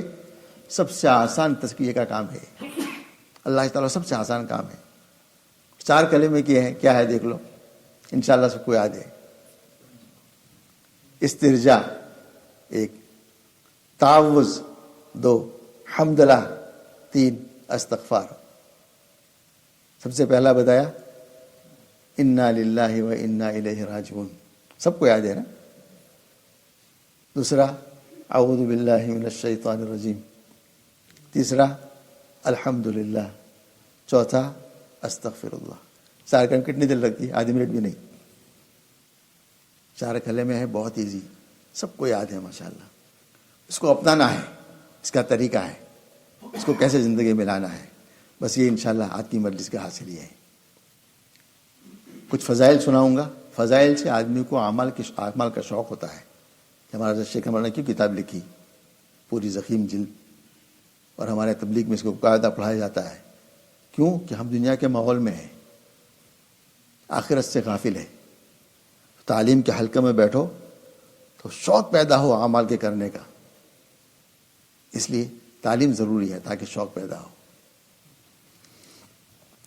تو میں انا للہ پر آج تھوڑی سی بات کروں گا، پھر انشاءاللہ ٹائم ہوا تو اور بھی ورنہ بعد میں انشاءاللہ. یہ انا للہ بہت عجیب و جامع کلمہ ہے، بہت اجر والا بھی ہے، اور اللہ نے اس میں خاص خصوصیت رکھی ہے کہ بڑے سے بڑے حالات آ جائے، یہ کلمہ اگر یقین سے آدمی پڑھ لے نا تو اللہ دل میں سکون دے دے گا. اور حالات دنیا میں ہر ایک کے ساتھ رہیں گے اور موت تک رہیں گے. کوئی انسان دعویٰ نہیں کر سکتا، بڑے سے بڑے بادشاہ کیوں نہ ہو، بڑے سے بڑا وزیر کیوں نہ ہو، مالدار سے مالدار کیوں نہ ہو، ہر مسلمان، ہر انسان پر کچھ تگل حالات دنیا میں ہے اور رہیں گے، قیامت موت تک رہیں گے. یہ انبیاء کی ذاتی مجھ سے محفوظ نہیں رہ سکی. اللہ نے ان کو تو بہت آزمایا. ہم تو بہت کمزور ہیں، ہم تو اللہ آزماتے بھی نہیں ہیں. انبیاء علیہ السلام کیسے حالات آئے. دیکھو کسی کو تکلیف ہے رزق کی، جاب نہیں ملتا، جاب مل گیا ہے، چھوٹنے کا اندیشہ ہے. یہ اعمال ایسے ہیں جاب چھوٹے گا بھی نہیں اللہ کے فضل سے. کبھی خیال آئے نا کہ اوہو مجھ سے نعمت چھن جائے گی. ایک عمل ایسا ہے، اس میں بتاؤں گا، وہ پڑھ لو، وہ نعمتیں چھینے گی بھی نہیں انشاءاللہ. وہ خیال بھی اللہ دل سے ختم کر دیں گے. اولاد کی تکلیف آدمی کو، بیٹا مانتا نہیں، بیٹی مانتی نہیں. گھر والوں کی تکلیف، کوئی بیمار ہے، کوئی نافرمان ہے، کوئی پریشان ہے، قرض ہے، مکان نہیں، جاب نہیں. کتنے حالات دنیا میں آدمی کو ہے بے شمار. اور ہر آدمی اسی میں رہے گا، اسی میں رہنا ہی ہے. کیونکہ دنیا جنت نہیں ہے، جنت آخرت ہے، یہاں راحت ہی راحت ہے. دیکھو جہنم میں تکلیف ہی تکلیف ہے، جنت میں راحت ہی راحت ہے. دنیا میں دونوں ہے. اللہ راحت بھی دیتا ہے، اللہ تکلیف بھی دیتے ہیں. یہ تکلیف بھی ہمارے لیے ہے، ہمارے نعمتوں کے ہمارے بڑھانے کے لیے ہے. مسلمان کو کوئی ایذا پہنچتی ہے، معمولی سے معمولی بھی، کوئی ایذا ہمیں اللہ تک پہنچنے کا ذریعہ بن جاتی ہے. بشرطے کہ آدمی استحضار رکھے اللہ کا، بس ناشکرانہ بنے. چھوٹی سی جو تکلیف بھی آئے اللہ کا استحضار رہے تو انشاءاللہ تکلیف درجات کو بلند کر دے گی. تو یہ استرجاع ہے نا، انا للہ، یہ ایسا عجیب و غریب کلمہ ہے کہ اس کو آدمی دل کے یقین کے ساتھ پڑھ لے تو اللہ تعالیٰ اس مصیبت کو بھی ہلکا کر دیتے ہیں. مصیبت ضائع بھی ہو جاتی ہے، ظاہر ہو جاتی ہے. اللہ اس کے بدلے میں نعمت عطا فرما دیتے ہیں. اجر بھی علیحدہ، نعمت بھی دیں گے، اللہ اجر بھی دیں گے. اور ہر چھوٹی بڑی مصیبت جس کو ہم بہت چھوٹی معمولی سمجھے، چھوٹا سا کانٹا چبھ گیا، یہی مصیبت ہے. حدیث میں آئے گا آگے، چھوٹا سا کانٹا، انا للہ. کوئی چیز بھول جائے، انا للہ. ہم مسجد سے نکل گئے، غلط نکل گئے، سنت کے خلاف نکل گئے، پھر یاد آیا انا للہ و انا الیہ راجعون. واپس آ جاؤ، پھر نکلو صحیح، تاکہ مشق ہو. انا للہ فوراً پڑھ لو تو ہمارا جو عمل ہے نا غلط، اس کو اللہ صحیح فرما دیں گے انا للہ کے برکت سے. تو ہر چھوٹی بڑی مصیبت پر تو انا للہ کی عادت ڈال رہی ہوں. اور یہ استرجاع کیا ہے، علماء نے کیسی بات لکھی. یہ اللہ کی حکمت اس میں یہ ہے کہ اس سے اللہ پاک بندوں کو بندگی سکھاتے ہیں. انا للہ، ہم تیرے ہی ہیں، اللہ کی طرف ہمیں لوٹنا ہے. تو اللہ یاد آ گیا نا، بندگی بھی یاد آ گئی. اللہ میرا کچھ نہیں. یہ تو بہت طاقتور اپنے آپ کو سمجھتا تھا سر کا درد ہوا, لیٹ گیا, کھڑا نہیں ہو سکا. بہت مجھے اپنے اوپر فخر تھا, میری طاقت پر. اللہ پاک ایک ذرا سا معمولی تکلیف میں مبتلا کر دے نا, بڑا سے بڑا طاقتور پچھڑ جاتا ہے. انا للہ, اللہ ہم تیرے ہی ہے, ہم کچھ نہیں ہے. اللہ کی بندگی, کتنا بڑا سبق اللہ اسے سکھا رہا ہے ہمیں کہ اللہ کی بندگی اللہ دے دیتے ہیں. یہ بہت بڑی صفت ہے اللہ کی طرف سے جو بندوں کو مل جائے. اپنے آپ کو چھوٹا سمجھنا, کچھ نہ سمجھنا, گنہگار سمجھنا, یہ بہت بڑی اللہ کی ایک نعمت ہے. کہ اللہ اس لفظوں کو سیکھ کے آدمی ادا کرے نا, اللہ اس سے ہمیں عطا فرما دیں گے. تو اللہ اس سے بندگی دیں گے ہمیں, اور اللہ کی وحدانیت کا اقرار آئے گا. آپ ہی کی ذات ہے, بس کچھ نہیں. چھوٹا سا جملہ ہے, عبدیت آئی. چھوٹا سا جملہ ہے, اللہ کی وحدانیت آ گئی. آخرت کی تصدیق بھی آ گئی. ہمیں آپ ہی کی طرف لوٹنا ہے. دنیا میں کتنے لوگ آخرت کے منکر ہیں, کیا اللہ نے بھی اس جملے میں سکھا دیا. اللہ بھی سکھایا, وحدانیت بھی سکھائی, تواضع بھی سکھائی, آخرت کی تصدیق بھی سکھائی. ہم سب کو آخرت کے اللہ کی طرف لوٹنا ہے. اور جب یہ آدمی پڑھتا ہے اللہ راضی ہو جاتے ہیں, اور بندے کو بھی رضامند کر دیتے ہیں, اور کو اللہ سکون دے دیتے ہیں. جو بھی حالات آئے اللہ کی طرف سے آئے, کوئی نہیں.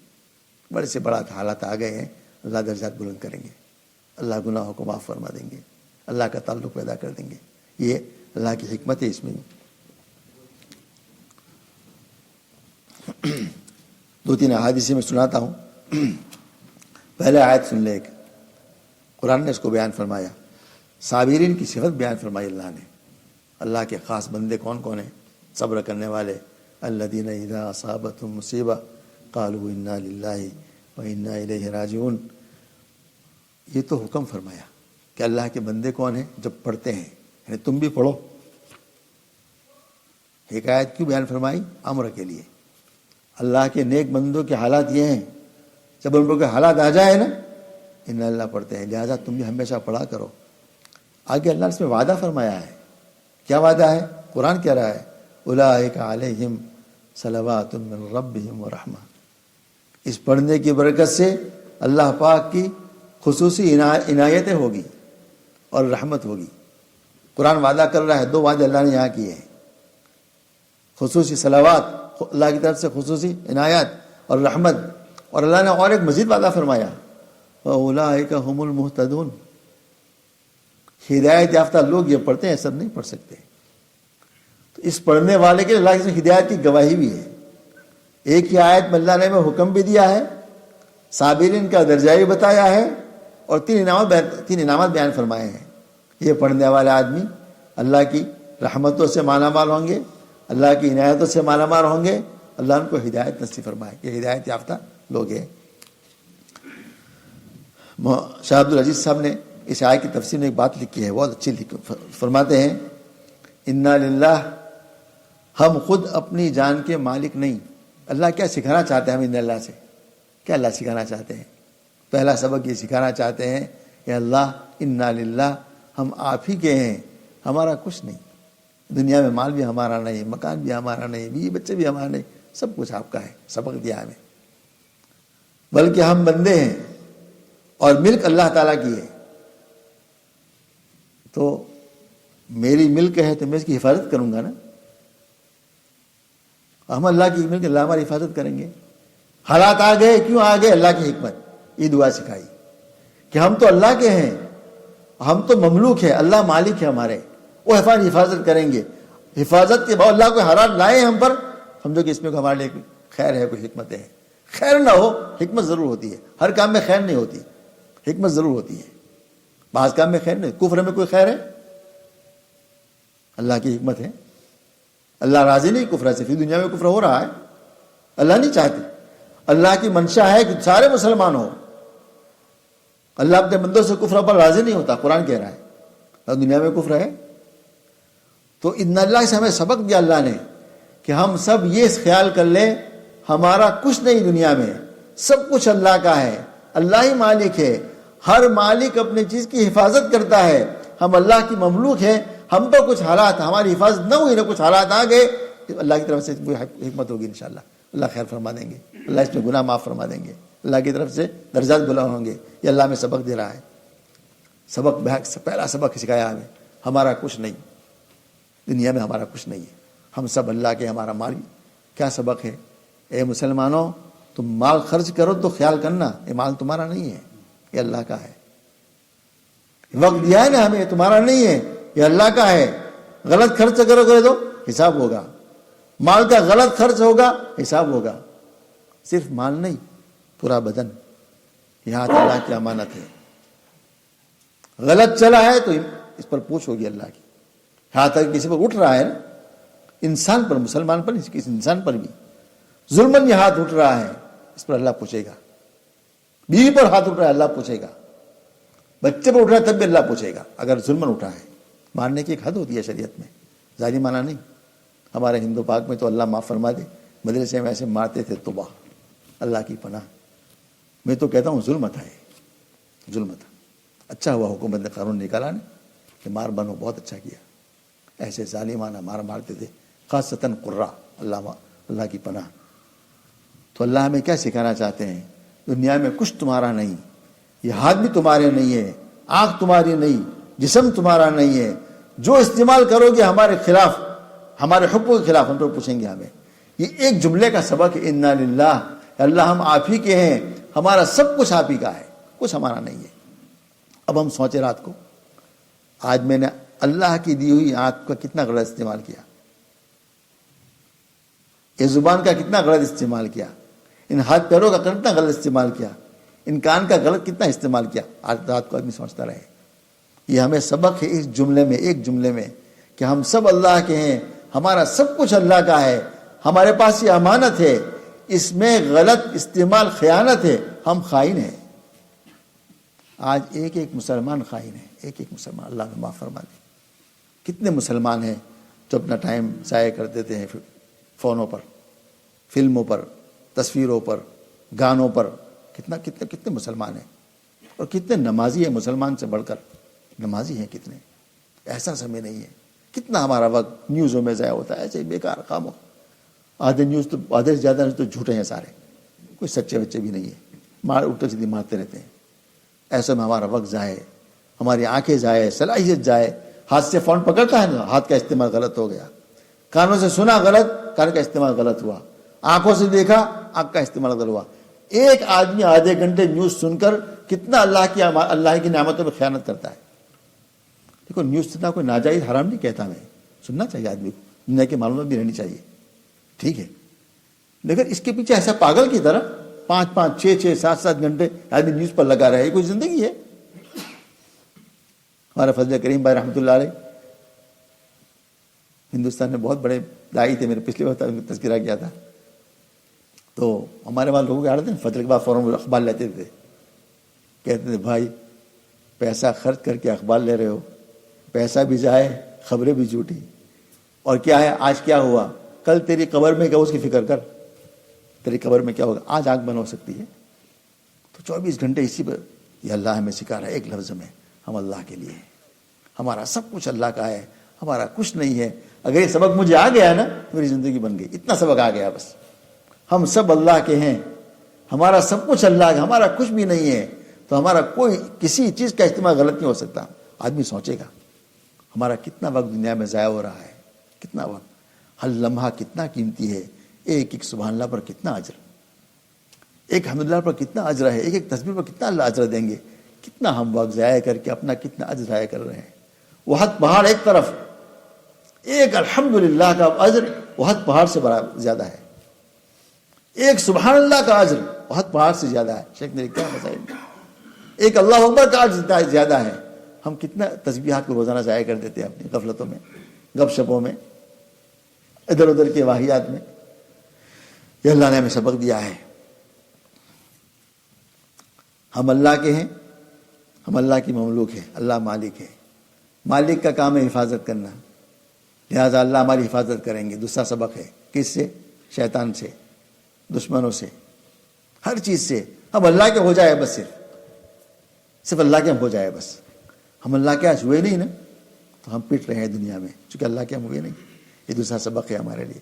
اللہ ہر شر سے ہماری حفاظت، حتیٰ کہ درندوں سے بھی، جانوروں سے بھی، زہریلے سانپوں سے بھی اللہ ہماری حفاظت کر، اور صحابہ کی کر کے دکھائی اللہ نے.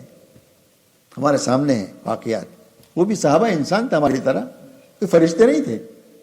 شیر سے حفاظت کروا دی, زہر سے حفاظت کروائی, سانپ سے حفاظت کروائی. ایک بزرگ اونٹ پر سوار ہے, شیر پر سوار ہے, اور ہاتھ میں کوڑا ہے سانپ کا. انداز لگاؤ, شیر پر سوار ہے, ہاتھ میں کوڑا ہے سانپ کا, اس کو لے کے جا رہے ہیں. کسی نے پوچھا کیا ہے یہ درجہ؟ کہا کہ اللہ نے آزمائش میں ڈالا. کیا؟ بہت بدتمیز بیوی ملی. اس بیوی کی ہر بدتمیزی کو میں نے برداشت کیا. اس لیے برداشت کر کے کیا کہ اللہ کی بندی ہے. اگر میں اس کو طلاق دوں گا نا, کسی اور مسلمانوں کو تکلیف پہنچائے گی, چھوڑو میں تکلیف اٹھا رہا ہوں گا. صرف اس میرے اللہ نے مجھے ایسا مسخر کیا کہ شیر میرا مسخر ہے, میری بات شیر بھی مانتا ہے. زہریلا صاحب اس کو میں کوڑا مجھے نہیں کاٹ سکتا ہے. اللہ نے ایسا ایک عمل پر اللہ نے یہ درجہ دے دیا ہے, تو اللہ نے مسلط کر دیا ہمارے لیے. صاحب جو آدمی اللہ کا بن جاتا ہے, اللہ ان کا بن جاتے ہیں. ہم نے اللہ کو چھوڑ دیا, اللہ نے بھی ہمیں خیر کے حوالے کر دیا. اللہ کا ہمارا ایک بہت بڑا سبق ہے. ایک حدیث سن لو, ابن عباس رضی اللہ عنہ فرماتے ہیں کہ آپ صلی اللہ علیہ وسلم نے ارشاد فرمایا, میری امت کو ایک ایسی چیز دی گئی ہے جو پہلی امتوں کو نہیں ملی. اس امت کی بعض خصوصیات ہیں جو اور امتوں کو نہیں مل سکی. اس میں ایک یہ ہے, وہ کیا ہے؟ مصیبت کے وقت انا للہ پڑھنا. پہلی امتوں کو اللہ نے نہیں دیا تھا.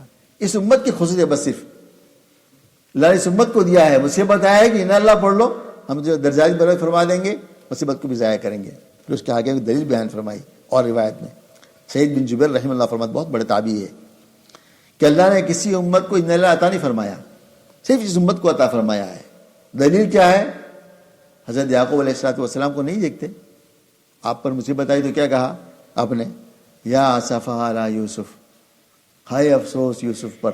ان اللہ نہیں پڑھا آپ نے, چونکہ تھا نہیں وہاں. تو یا اسفا, ہائے افسوس, اس امت کو کیا کرا ہے؟ انا للہ.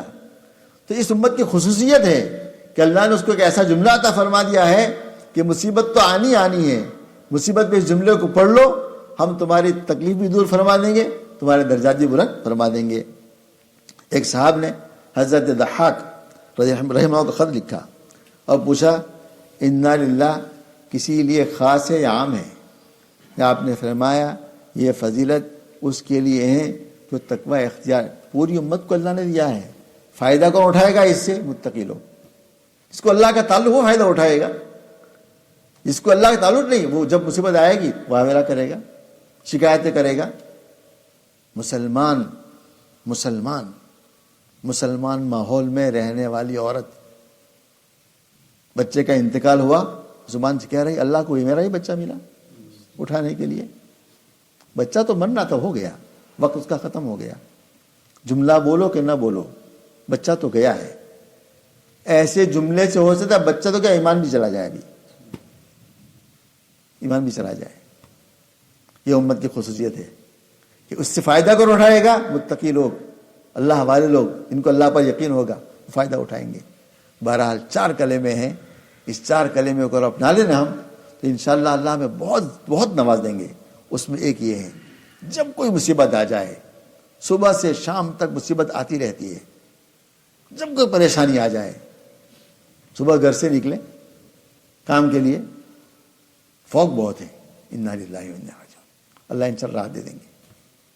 ٹریفک بہت لگ گئی راستے میں, انا للہ, شکایت نہ کرو, انا للہ و انا الیہ راجعون. پھنس گئے ایکسیڈنٹ میں, انا للہ و انا الیہ راجعون. جو حالات آ جائے, وقت پر پہنچ گئے, فیکٹری میں پہنچے, لیٹ ہو گئے, تنخواہ کٹ جاتی ہے نا, یاد لیٹ ہوئے, تنخواہ کٹ گئی, کہہ دو انا للہ.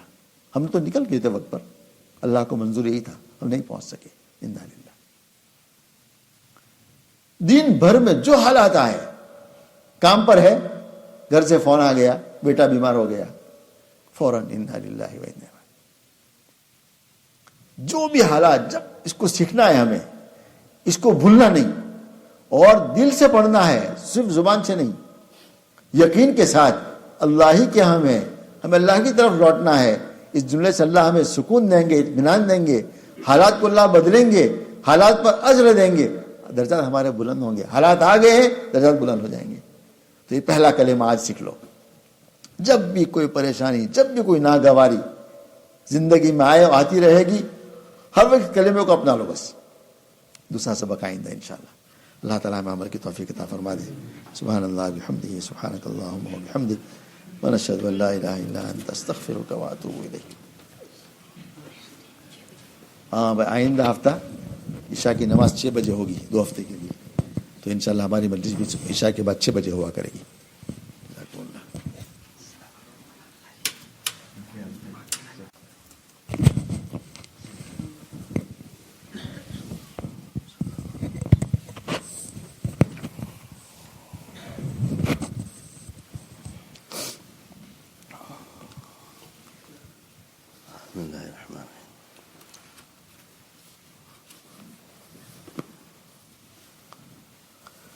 اللہ اکبر. بعض قلوب بیمار ہیں. کیا مطلب؟ ان کو خانقاہوں پر بہت اعتراض ہے, ان کو ذکر جہری پر بہت اعتراض ہے, ان کو ذکر اجتماع پر بہت اعتراض ہے. اس لیے ہم 2 حدیث بھی سنایا کرتے ہیں کہ آپ صلی اللہ علیہ وسلم اور صحابہ کرام مسجد میں اجتماعی ذکر بھی فرماتے تھے اور جہر زور سے بھی ذکر فرماتے تھے. اور ایک نہیں, کئی احادیث ہیں اس پر, اور کئی آیات ہیں, 1-2 نہیں ہیں. ایک حدیث آپ بھی سن لو, مسلم شریف کی روایت ہے.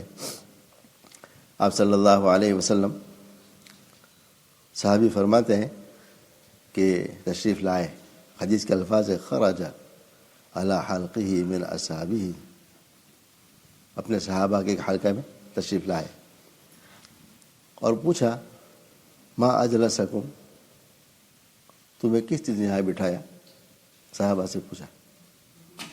تو صحابہ نے فرمایا جلسنا نذکر اللہ, ہم یہاں اس لیے بیٹھے ہیں کہ اللہ کا ذکر کریں اور اللہ کی حمد بیان کریں. کس چیز پر؟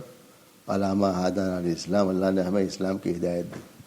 تو صحابہ کرام مسجد میں بیٹھ کر اجتماعی ذکر کر رہے تھے. آپ تشریف لائے, پوچھا تمہیں کس نے بٹھایا یہاں, کیا کر رہے ہو؟ کہ ہم تو اللہ کا ذکر کر رہے ہیں. ومن علینا, اور اللہ نے ہم پر جو احسان فرمایا ہے اس کا شکریہ بھی ادا کرتے ہیں. پھر آپ نے تاکید سے پوچھا اللہ ما اجلسکم الا ذاک, قسم تم اس لیے بیٹھو ہو صرف؟ قالوا واللہ ما اجلسنا الا ذاک, اللہ کے نبی صلی اللہ علیہ وسلم اللہ کی قسم ہے اسی لیے ہم بیٹھے, ہمارا کوئی اور مقصد نہیں ہے, ہمارا مقصد ذکر ہے بیٹھنے بس. تو آپ نے فرمایا اما انی لم استحلفکم تہمۃ لکم, سنو میں نے تم سے اس لیے قسم نہیں دلوائی میں تمہیں کوئی جھوٹا سمجھتا ہوں کہ تم قسم کھاؤ. ولکنہ اتانی جبرائیل فاخبرنی, لیکن بات یہ ہے میرے پاس جبرائیل السلام تشریف لائے اور انہوں نے مجھے خبر دی کہ ان اللہ عز وجل یباہی بکم الملائکہ, اللہ تعالیٰ تمہاری وجہ سے فرشتوں پر فخر فرما رہے ہیں کہ دیکھو میرے بندے اجتماعی طور پر اللہ کا ذکر کر رہے ہیں. تو اللہ تعالیٰ آسمان پر فخر فرماتے ہیں اس ذکر پر. اس لیے ہمیں کبھی کبھی اجتماعی ذکر بھی کرنا چاہیے. دیکھو تدائی نہ ہو, کیا مطلب؟ پورے انگلینڈ میں اعلان کرنا ہمارے وہاں ذکر کی مجلس ہوگی, محبوب نہیں, پسند, ہمارے علماء اس کو پسند نہیں فرمایا. لیکن اپنے طور پر شیخ بلا سکتا ہے. حضرت مولانا مطالعہ رحمۃ اللہ علیہ اپنے مریدین کو جمعرات کو بلاتے تھے. ان کا حلقہ تھا, ان کے مرید تھے, شاگرد تھے کہ بھائی آؤ یہاں بیٹھ کے ہم درود شریف پڑھیں گے. تو جمعرات کو وہاں ان کے مریدین جایا کرتے تھے اور درود شریف پڑھتے تھے. کوئی حرج کی بات نہیں, ٹھیک ہے, یہ ابتدائی نہیں ہے. اجتماعی ذکر تو بالکل حدیث سے ثابت ہے. تو اجتماعی ذکر بھی کرنا چاہیے, اور کبھی کبھی اجتماع میں بیٹھے تو ہم تھوڑا ذکر جہری بھی کیا کریں تاکہ دونوں حدیث پر عمل ہو جائے. اللہ اکبر. حضرت مولانا یوسف مدرسہ صاحب کا ذکر آ گیا نا. پڑھنے کے زمانے میں طالب علم تھے مظاہر میں سہارنپور میں، نادر پڑھتے پھر چلے گئے سہارنپور۔ تو پڑھنے کے زمانے میں ایسا اللہ سے تعلق تھا کہ ایک دور ایسا آیا پورا دن روتے رہتے تھے بس اللہ کے خوف سے، پورا دن، اور چھپ جاتے تھے کہ لوگ مجھے دیکھ نہ لیں، کمرے میں چھپ گئے، استنجا میں چلے جاتے تھے کہ لوگ مجھے دیکھ نہ لیں روتا ہوا۔ ایسی حالت ہو گئی، رو رو کر ان کے بھائی نے کہا شیخ سے کہ حضرت اس کی حالت تو بگڑ رہی یوسف کی، کیا ہوا؟ بہت روتا ہے اللہ کے خوف سے۔ تو بلایا شیخ نے، شیخ کو بہت محبوب تھے، کہا پیارے، شیخ کا الفاظ ایسا ہوگا، پیارے پیارے اللہ کی امید پر بھی اللہ کی امید پر بھی نظر رکھو نا، اللہ کا خوف غالب ہے، تم اللہ کی امید کوئی نہیں ہے۔ اور شیخ کا وہ کہنا تھا، اللہ نے کیفیت بدل دی۔ یہ اللہ والوں کی صحبت کی برکت ہوتی ہے، کبھی آدمی پر ایسے حالات غالب آ جاتے ہیں کہ آدمی بے قابو ہو جاتا ہے، ہم پورا دن خوف خوف خوف، آدمی مر جائے گا نا۔ شیخ کا ایک جملہ تھا بس، ایک جملے سے اللہ نے تمہارے عطا فرما دی۔ پچھلی مجلس میں ہم نے عرض کیا تھا 4 بہت مختصر اور بہت عجیب و غریب اعمال تو سب کو یاد ہے، کوئی وقت بھی نہیں لگتا، اور بہت بڑے بڑے فوائد میں نے چند عرض بھی کیے تھے کہ اس کی برکت سے اللہ پاک نعمتوں کو بڑھائیں گے، نعمتوں کو ضائع نہیں کریں گے۔ کوئی برے دل میں خیال آئے گا نا، اللہ اس کو بھی ختم کر دیں گے۔ جو نعمت ہوگی وہ کبھی بھی ضائع بڑھتی رہے گی، بڑھتی رہے گی۔ اللہ سے ایسا تعلق پیدا ہو جائے گا کہ ہر وقت اللہ سامنے رہیں گے۔ گناہ ہوگا تو فوراً آدمی استغفار کرے گا، اور ایسی حالت ہو جائے گی اللہ کے فضل سے۔ ڈاکٹر صاحب فرماتے، ڈاکٹر عبد العارف رحمۃ اللہ علیہ، کہ اس عمل کو کرنے کے بعد اے پیارو تم گناہ کرنا چاہو گے کر نہیں سکو گے، اللہ ایسا ایمان دے دیں گے انشاءاللہ۔ اور بہت آسان 4 عمل، بہت چھوٹے سے، وقت بھی کوئی نہیں لگتا۔ 4 عمل کیا تھے؟ 4 بتایا تھے میں نے، انا للہ و انا الیہ راجعون، ایک اعوذ باللہ من الشیطان الرجیم، ایک الحمدللہ، اور ایک استغفر اللہ۔ میں نے انا للہ پر کچھ بات کی تھی، یہ بڑا عجیب جملہ ہے، اللہ کی معرفت پیدا کرنے والا جملہ ہے۔ چند حدیث پہلے سن لو۔ نبی کریم صلی اللہ علیہ وسلم نے فرمایا موت ایک گھبراہٹ کی چیز ہے۔ جب آدمی کو موت کا پتہ چلتا، گھبراہٹ ہوتی ہے نا، خاصتاً رشتہ دار کا ہو، باپ ماں بھائی بہن عزیز خاص دوست ہے، تو آدمی کو فطری ایک طور پر گھبراہٹ ہوتی ہے۔ تمہارے پاس اپنے بھائی کی موت کی اطلاع پہنچے تو فوراً پڑھو انا للہ و انا الیہ راجعون۔ اتنی دعا تو سب پڑھ لیں، آگے اور دعا کے جملے بھی ہے، تھوڑی لمبی دعا ہے، علماء اس کو یاد کر لیں، لیکن یہ دعا اتنا سب پڑھ لیں، انا للہ و انا الیہ راجعون۔ ایک اور روایت ہے، نبی پاک صلی اللہ علیہ وسلم نے ارشاد فرمایا جب تم میں سے کسی کی رسی ٹوٹ جائے تو انا للہ ضرور پڑھ لے، اس لیے کہ مصائب میں سے ایک مصیبت ہے۔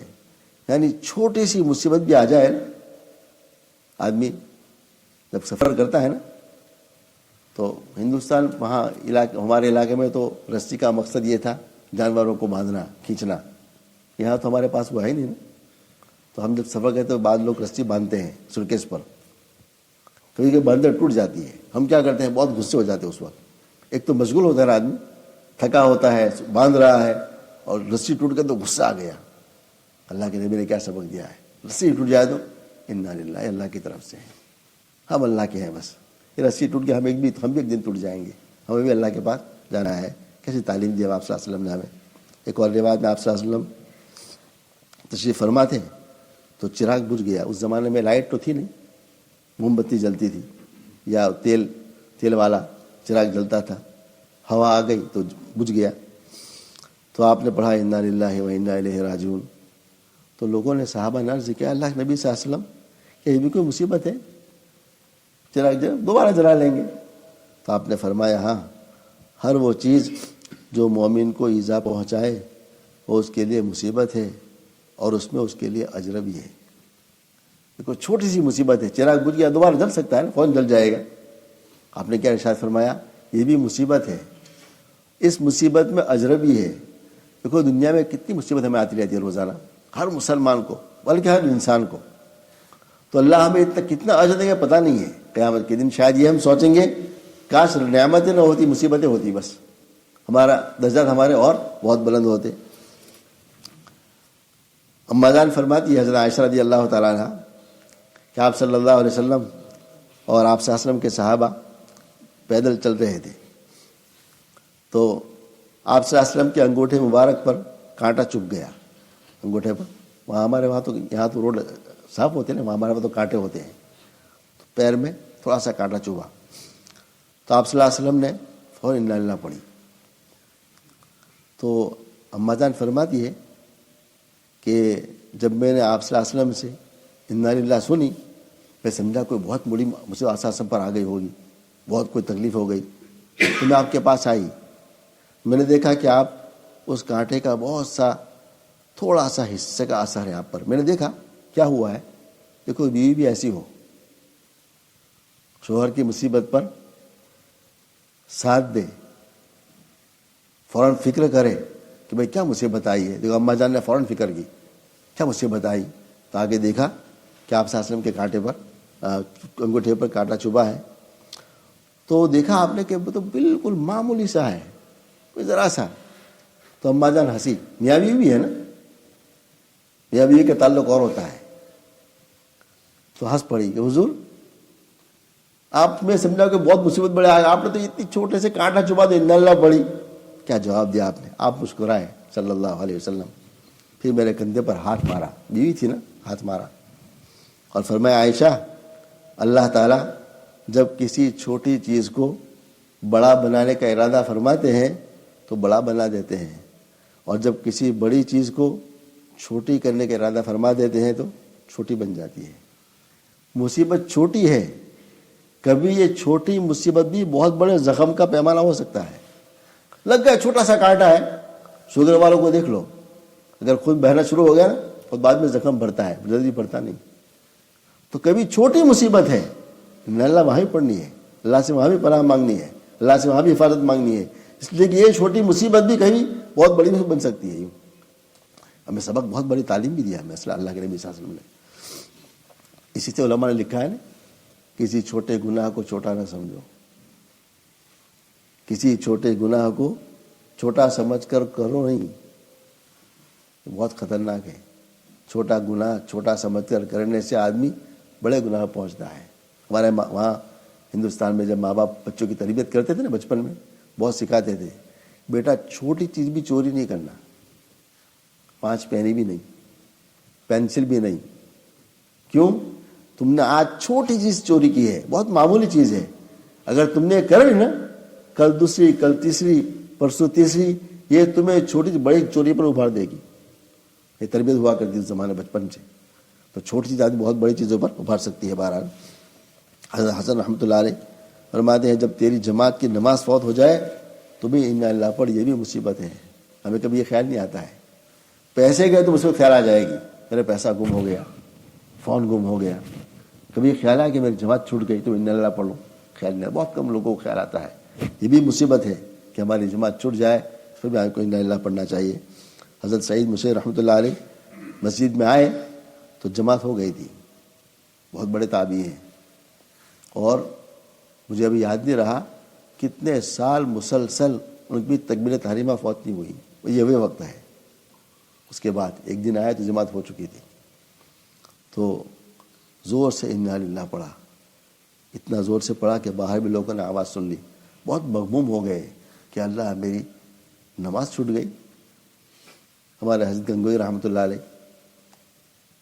دارالعلوم دیوبند کے جلسہ میں تشریف لائے. حضرت رائے پوری بھی ساتھ رحمۃ وہاں تھے اسی جلسے میں. تو اجتماع میں مشغولی کی وجہ سے صف میں آئے نا، تکبیر تحریمہ ہو چکی تھی، رکعت نہیں گئی تھی، ابھی پہلی رکعت تھی، امام پہلی رکعت میں تھا. حضرت گنگوئی رحمۃ اللہ علیہ شامل ہوئے، نماز پڑھ لی. نماز بعد دیکھا تو رو رہے. حضرت رائے پور نے پوچھا کہ حضرت کیا بات ہے، کوئی تکلیف ہو گئی؟ کہا کہ میاں 23 سال کے بعد تکبیر تحریمہ چھوٹ گئی. کیا لوگ تھے اس زمانے کے، بہت پرانے صحابہ کی بات نہیں کر رہا ہوں میں، ہمارے زمانے کی بات ہے، 100 سال پہلے کی. ایسے لوگ تھے. 23 سال کے بعد میری تکبیر تحریمہ چھوٹ گئی تو رونا آ گیا. ہمارے تو میرا یہ حال ہے, نماز قضا ہو تب بھی رونا نہیں آتا ہمیں, قضا ہو تب بھی رونا نہیں آتا. یہاں تکبیر تب چھوٹ رونا آ گیا. یوں ام سلمہ رضی اللہ عنہ فرماتی ہے, میں نے آپ صلی اللہ علیہ وسلم سے سنا, جب کسی مسلمان پر کوئی مصیبت آئے اور وہ فوراً پڑھے انا للہ و انا الیہ راجعون, تو اللہ تعالیٰ اسے اس مصیبت پر ایک اجر عطا فرمائیں گے اور اس سے بہتر بدلہ دیں گے. ایک تو اجر دیں گے نا, اللہ مصیبت پہ آ گئی اجر, اس سے بہتر بدلہ عطا فرما دیں گے. خود فرماتی ہے کہ میرے شوہر کا جب انتقال, ابو سلمہ رضی اللہ عنہ کا انتقال ہو گیا, میں نے فوراً پڑھا انا للہ و انا الیہ راجعون.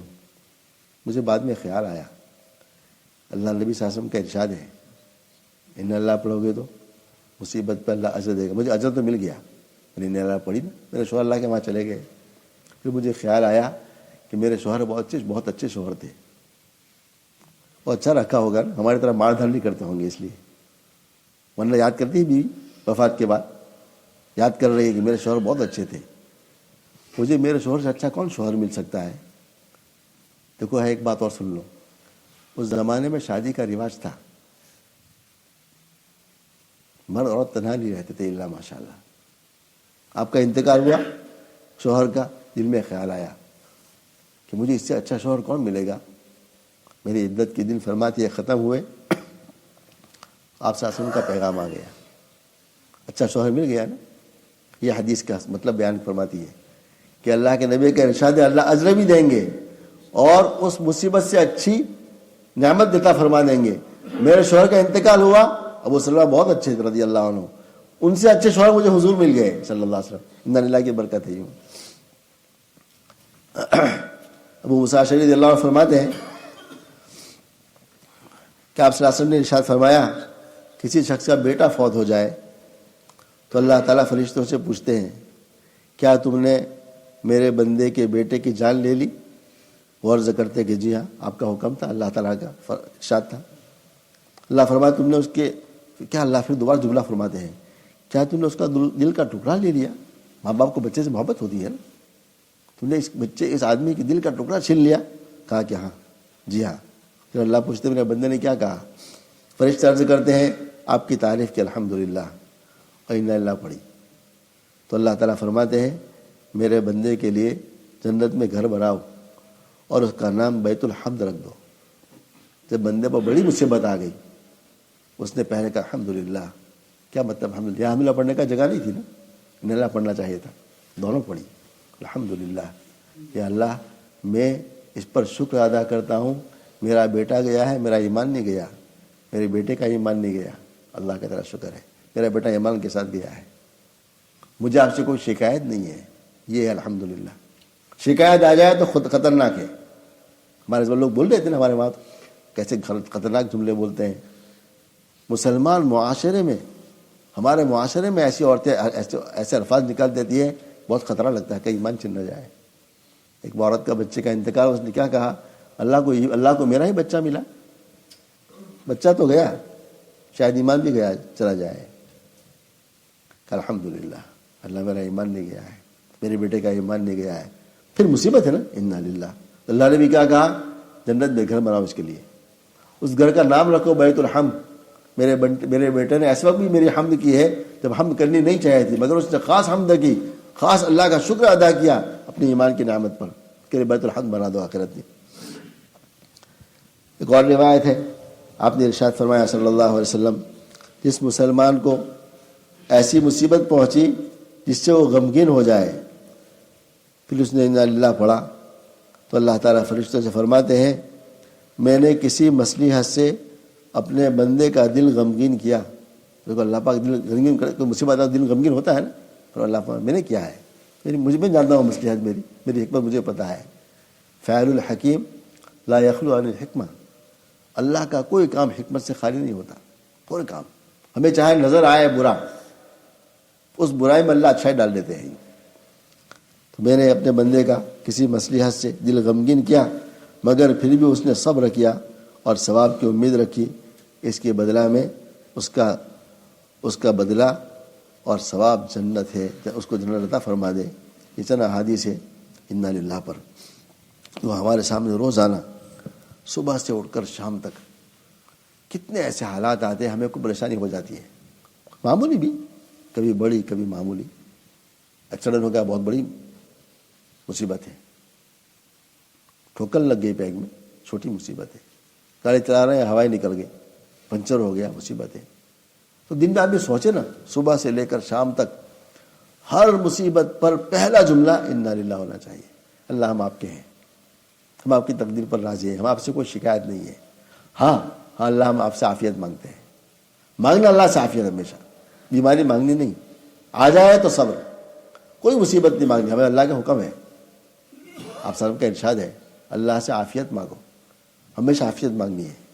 لیکن جب مصیبت آ جائے، مصیبت آتی رہے گی دنیا میں، کوئی آدمی گارنٹی نہیں جیسے مجھ پر کوئی مصیبت نہیں آئے گا، ہو نہیں سکتا۔ موت تک ہر بندے پر کچھ نہ کچھ حالات چھوٹے موٹے بڑے آتے رہیں گے، آتے رہنا بھی چاہیے، ورنہ آدمی میں اکڑ پیدا ہو جاتی ہے، حالات سے آدمی جھک جاتا ہے، اللہ کا استطار ہوتا ہے، مصیبت آ گئی، اللہ میں مجھ میں کچھ نہیں ہے، ساری طاقت آپ کے ہاتھ میں، کیا ہاتھ میں؟ کوئی آدمی جملہ بول دیتا ہے غلط، اس جملے سے اللہ ایسے پکڑ کر لیتے ہیں کہ آدمی سبق لے لے۔ ایسی کتنی مثالیں ہیں، جب ایسے حالات انا للہ انا للہ انا، اس کو اپنی زندگی کا معمول بنا لو۔ جب کوئی معمولی چھوٹی بڑی کوئی مصیبت، کوئی دل کی ناگواری کی بات، طبیعت کے خلاف کوئی بات آ رہا ہے، فوراً انا للہ انا للہ، اور اس کا استحضاب، اس کا مطلب کیا ہے؟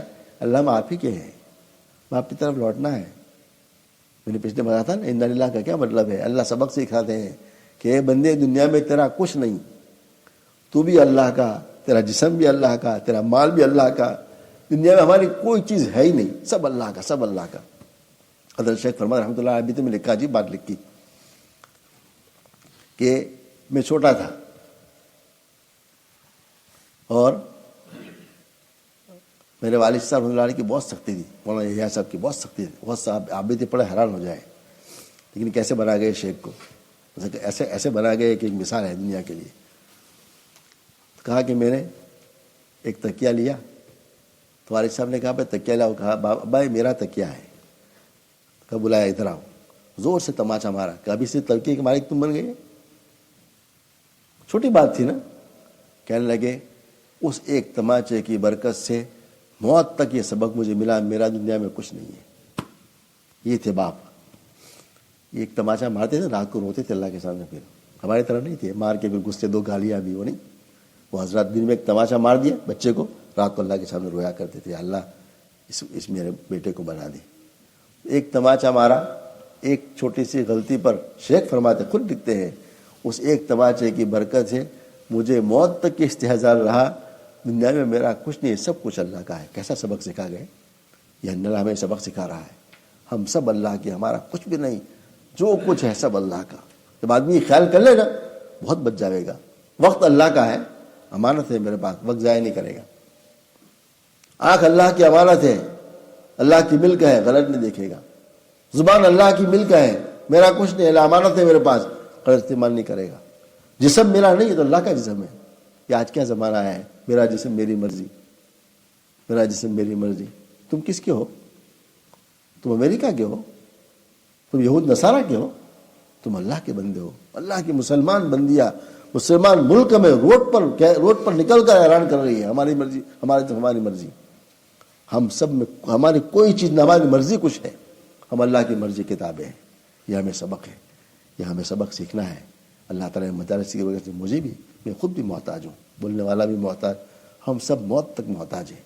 ہمیں موت تک اپنی اصلاح کی فکر کرنی ہے، ہم سب اصلاح کے محتاج ہیں۔ دیکھو ہمارا اس وقت یہ رواج پڑ چکا ہے، ہمارا دن بھی رسمی ہو گیا، نماز پڑھ لی، ہم سمجھتے کہ بہت بڑے دیندار ہیں ہم۔ خود میں سوچوں، سر سے لے کر پیر تک میری زندگی میں کیا برائیاں ہیں، خود سوچے آدمی۔ ہم اپنا امتحان خود لیں، اپنا محاسبہ خود کریں اور اصلاح شروع کر دیں۔